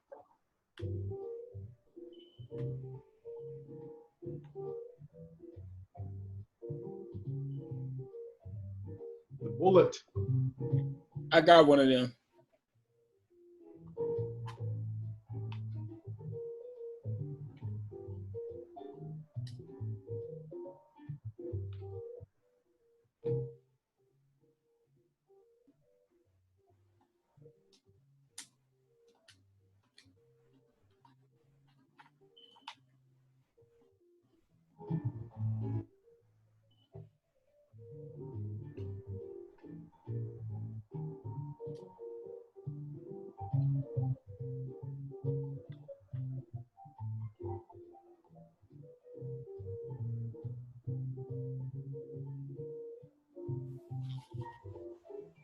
Now we know how to make butter, right?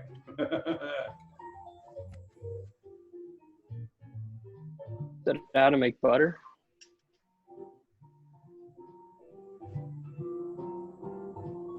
We just shake it. Yeah. Look, we over with Chantilly mix butter. I have no idea.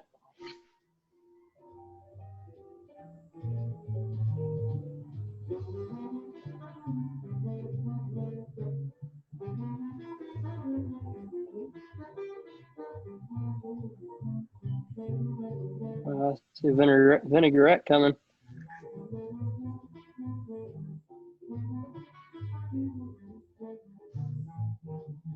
I would easily confuse that as soap one day. I'm in applesauce. What they making?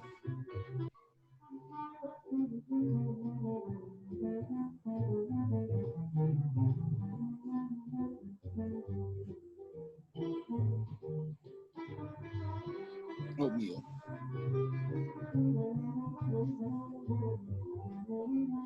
Those were some life hacks, guys. I'm going to show you some plating ideas, okay?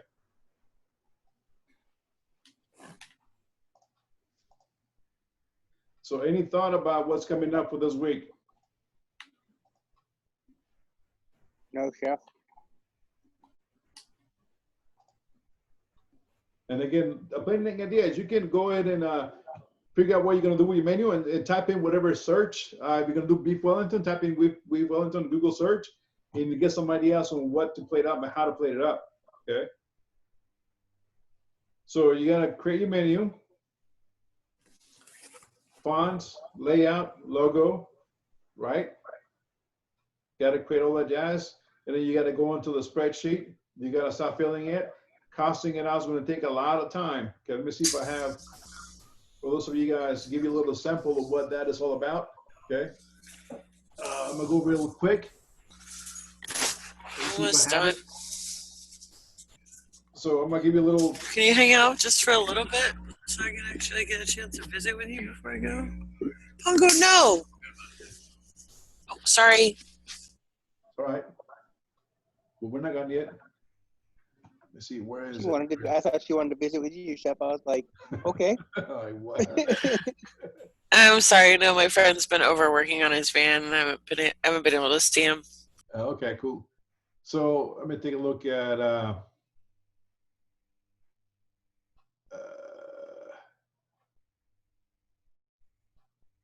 Where is it?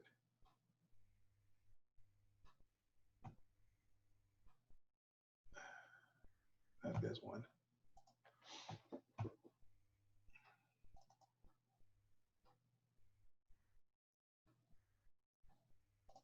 All right. So for those of you guys who didn't have any restaurant ops for me on entrepreneurship but haven't taken it yet, I'm going to pop in this inventory here, and I'm going to guide you guys through it real quick, give you a little tutorial how to use it. Okay. So this is one of the inventories that I sent you guys, right? Mr. Nathan, Ron, okay. And I know you guys have it, Yosi, Christian, Victor. Did you have it, Victor, too? Okay. So this is called the Chateau on the Lake Food Inventory 2007. You guys have it. It is a massive one. I used to hold about $50,000 worth of inventory. On the first section, you get apples, the produce, all alphabetically ordered. Now you can go and drop down and search, but it's not going to bring you what you're looking for. You have to actually go scan it because you're going to type in onions, and it might not show up any onions, but you do have different kind of onions. So let's take a look at, see here, righty, onions, red, jumbo, fresh box. Okay, let me see if I can zoom in, okay? I can highlight this right here, and I'm going to guide you guys to show you guys how that is done, okay? So onions, okay? If you're looking for onions in your recipe, red onions, this case is a 50-pound box, okay? And it's a $37 a case, okay? So what you do, you take 37 divided by 50. Okay, let me do a real quick math here, okay? So 37 divided by 50, it should give you 74 cents a pound. Now, how big are the onions? They're like almost a pound, right? Give or take, depending on the size, 8 to 16 ounces. So let's say they're 1 pound. So you take 74 cents divided by 16. 1 ounce of onion is going to cost you 7 cents. Okay. So when you go take a look at your recipe, how much onions are you going to use? Are you going to use 4 ounces, 6 ounces? So you type in 4, and then you type in 7 ounces, 6, 7, whatever price it is, 5 or 6 cents, and they should give you their price. Okay, that's one. Okay. Now let us go to butter. Okay. Here we go. Where is it? Here we go. Right here at the bottom. 38. That was back then. Butter was cheap. Now it's more expensive. So $38 a case of 36 1-pound blocks. So 1 box of butter had 36 1-pound blocks. So you take $38 divided by 36. That's how much 1 pound of butter is. You take that price divided by 16. That's how much 1 ounce of butter is going to cost you. Okay. Go down to the beef, the meats. Where is it? Corned beef 5-ounce, fajita meat, flank steak, chuck, ribeye. What else? Where is it? Tenderloin. Let's say you have. There we go. Okay. Let's say you're having a tenderloin on your menu, medallions of beef, or you're gonna do a beef Wellington. Okay. Here we go. It's $12. Back then it was $12 a pound. Now it's about $17 a pound. Okay. So they come in 12 in a case, and they're 5 pounds and up. So 12 times 5, that's how much the case weight. Okay. They're $12 a pound. So you divide 12 divided by 5. That's how much 1 pound of beef is going to cost you. So 12 divided by 5, you're looking at $2.40 an ounce. I mean, a pound. No, wait a minute. Yeah, $12 a pound. So 12 divided by 16, you're looking at 75 cents an ounce of beef. How much beef are you going to use? Are you going to use 6, 8 ounces? Okay, times 8. So 75 times 8. 0.75 times 8. You're looking at about $6 on that beef alone. Okay. You got ham, you got lamb, you got pork, you got sausage, you got veal, you got seafood, you got lump crab meat. The case is 175. They come in 48 3.5-ounce cans in the case. So you take 175 divided by 48 divided by 3.5. That's how much an ounce is going to cost you. Okay. Crawfish, Ms. Cat, looking for crawfish? Here's $20 for one 10-pound, and those are like the little cryo bag tail crawfish meat.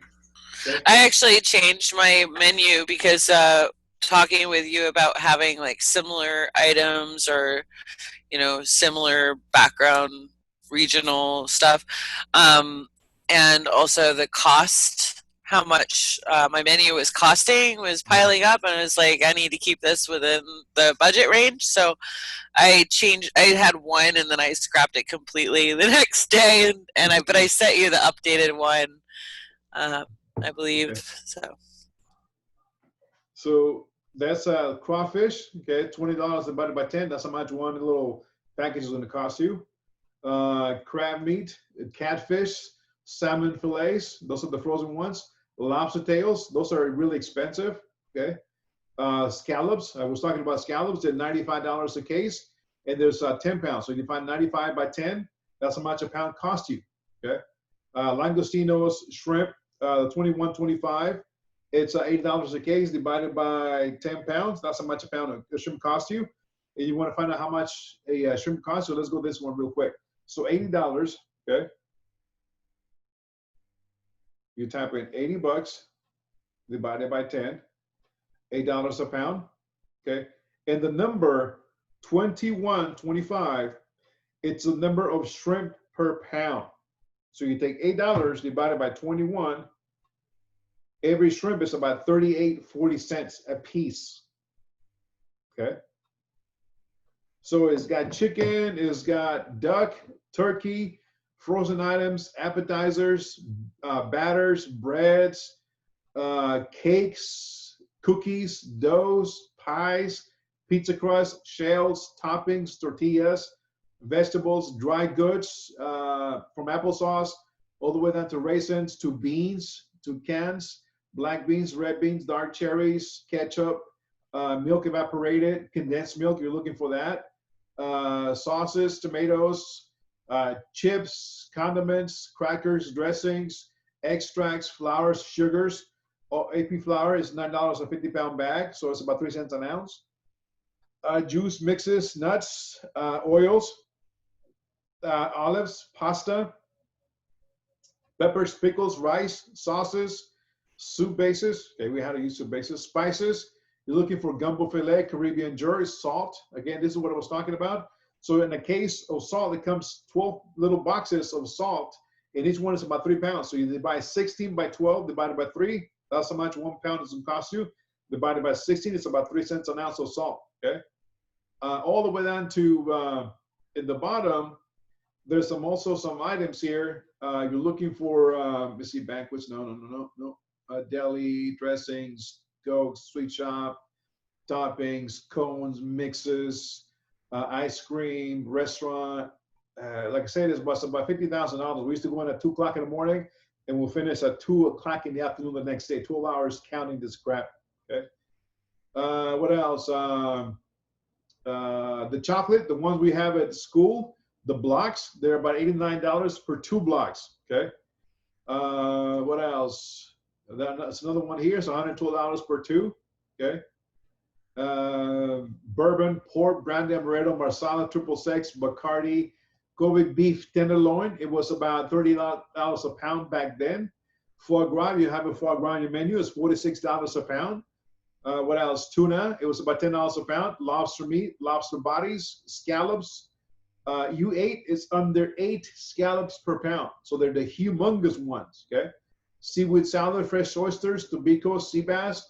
It was $15 back then. Now sea bass about $27 a pound, especially Chilean sea bass. Okay, and some other items here too. So again, this is one of the inventories that you guys have. Okay, so use it to your advantage. If you want to download it, keep it on the flash drive, go for it. It's yours to keep. Okay. When you guys go into the industry and become your executive chef, you guys want to figure out how much you're running your food costs. This is the month-end inventory in the food costs. Okay, so those of you guys who take in the restaurant ops, this is very important because in the restaurant, we executive chefs live and die by numbers. Okay, and the goal is to have a below 32% food costs every month. Okay. That was just an example. Okay. So that is your inventory. One of them, you got 4 different ones in your arsenal for you guys to play with. Okay. Use it for your costing of your recipes. Okay. These are actual true inventories that I've utilized in the past when the places that I've gone, they had no systems. I created the systems. I created the shelter sheet, cleaned them out. I set up the inventory, set up the order guide online, and I kept those because those one the ones that created. They're not company owned, they're mine. Okay, so you guys have them, use them, learn how to use them, and you got 4 menus to cost out, maybe 4 menus, 4 items to cost out. You have all the tools you need to cost them out. Okay, unless, like I said, you have something that is not on there, then you got to go research and figure out how much that costs. Okay. Think like a chef. Okay. Think like an accountant. Think like a bean counter. When you start costing out recipes, you gotta hit the P&L statement to hit a 20% profit. Okay, if you don't make 20% profit, you're not making any bringing any money home. Okay.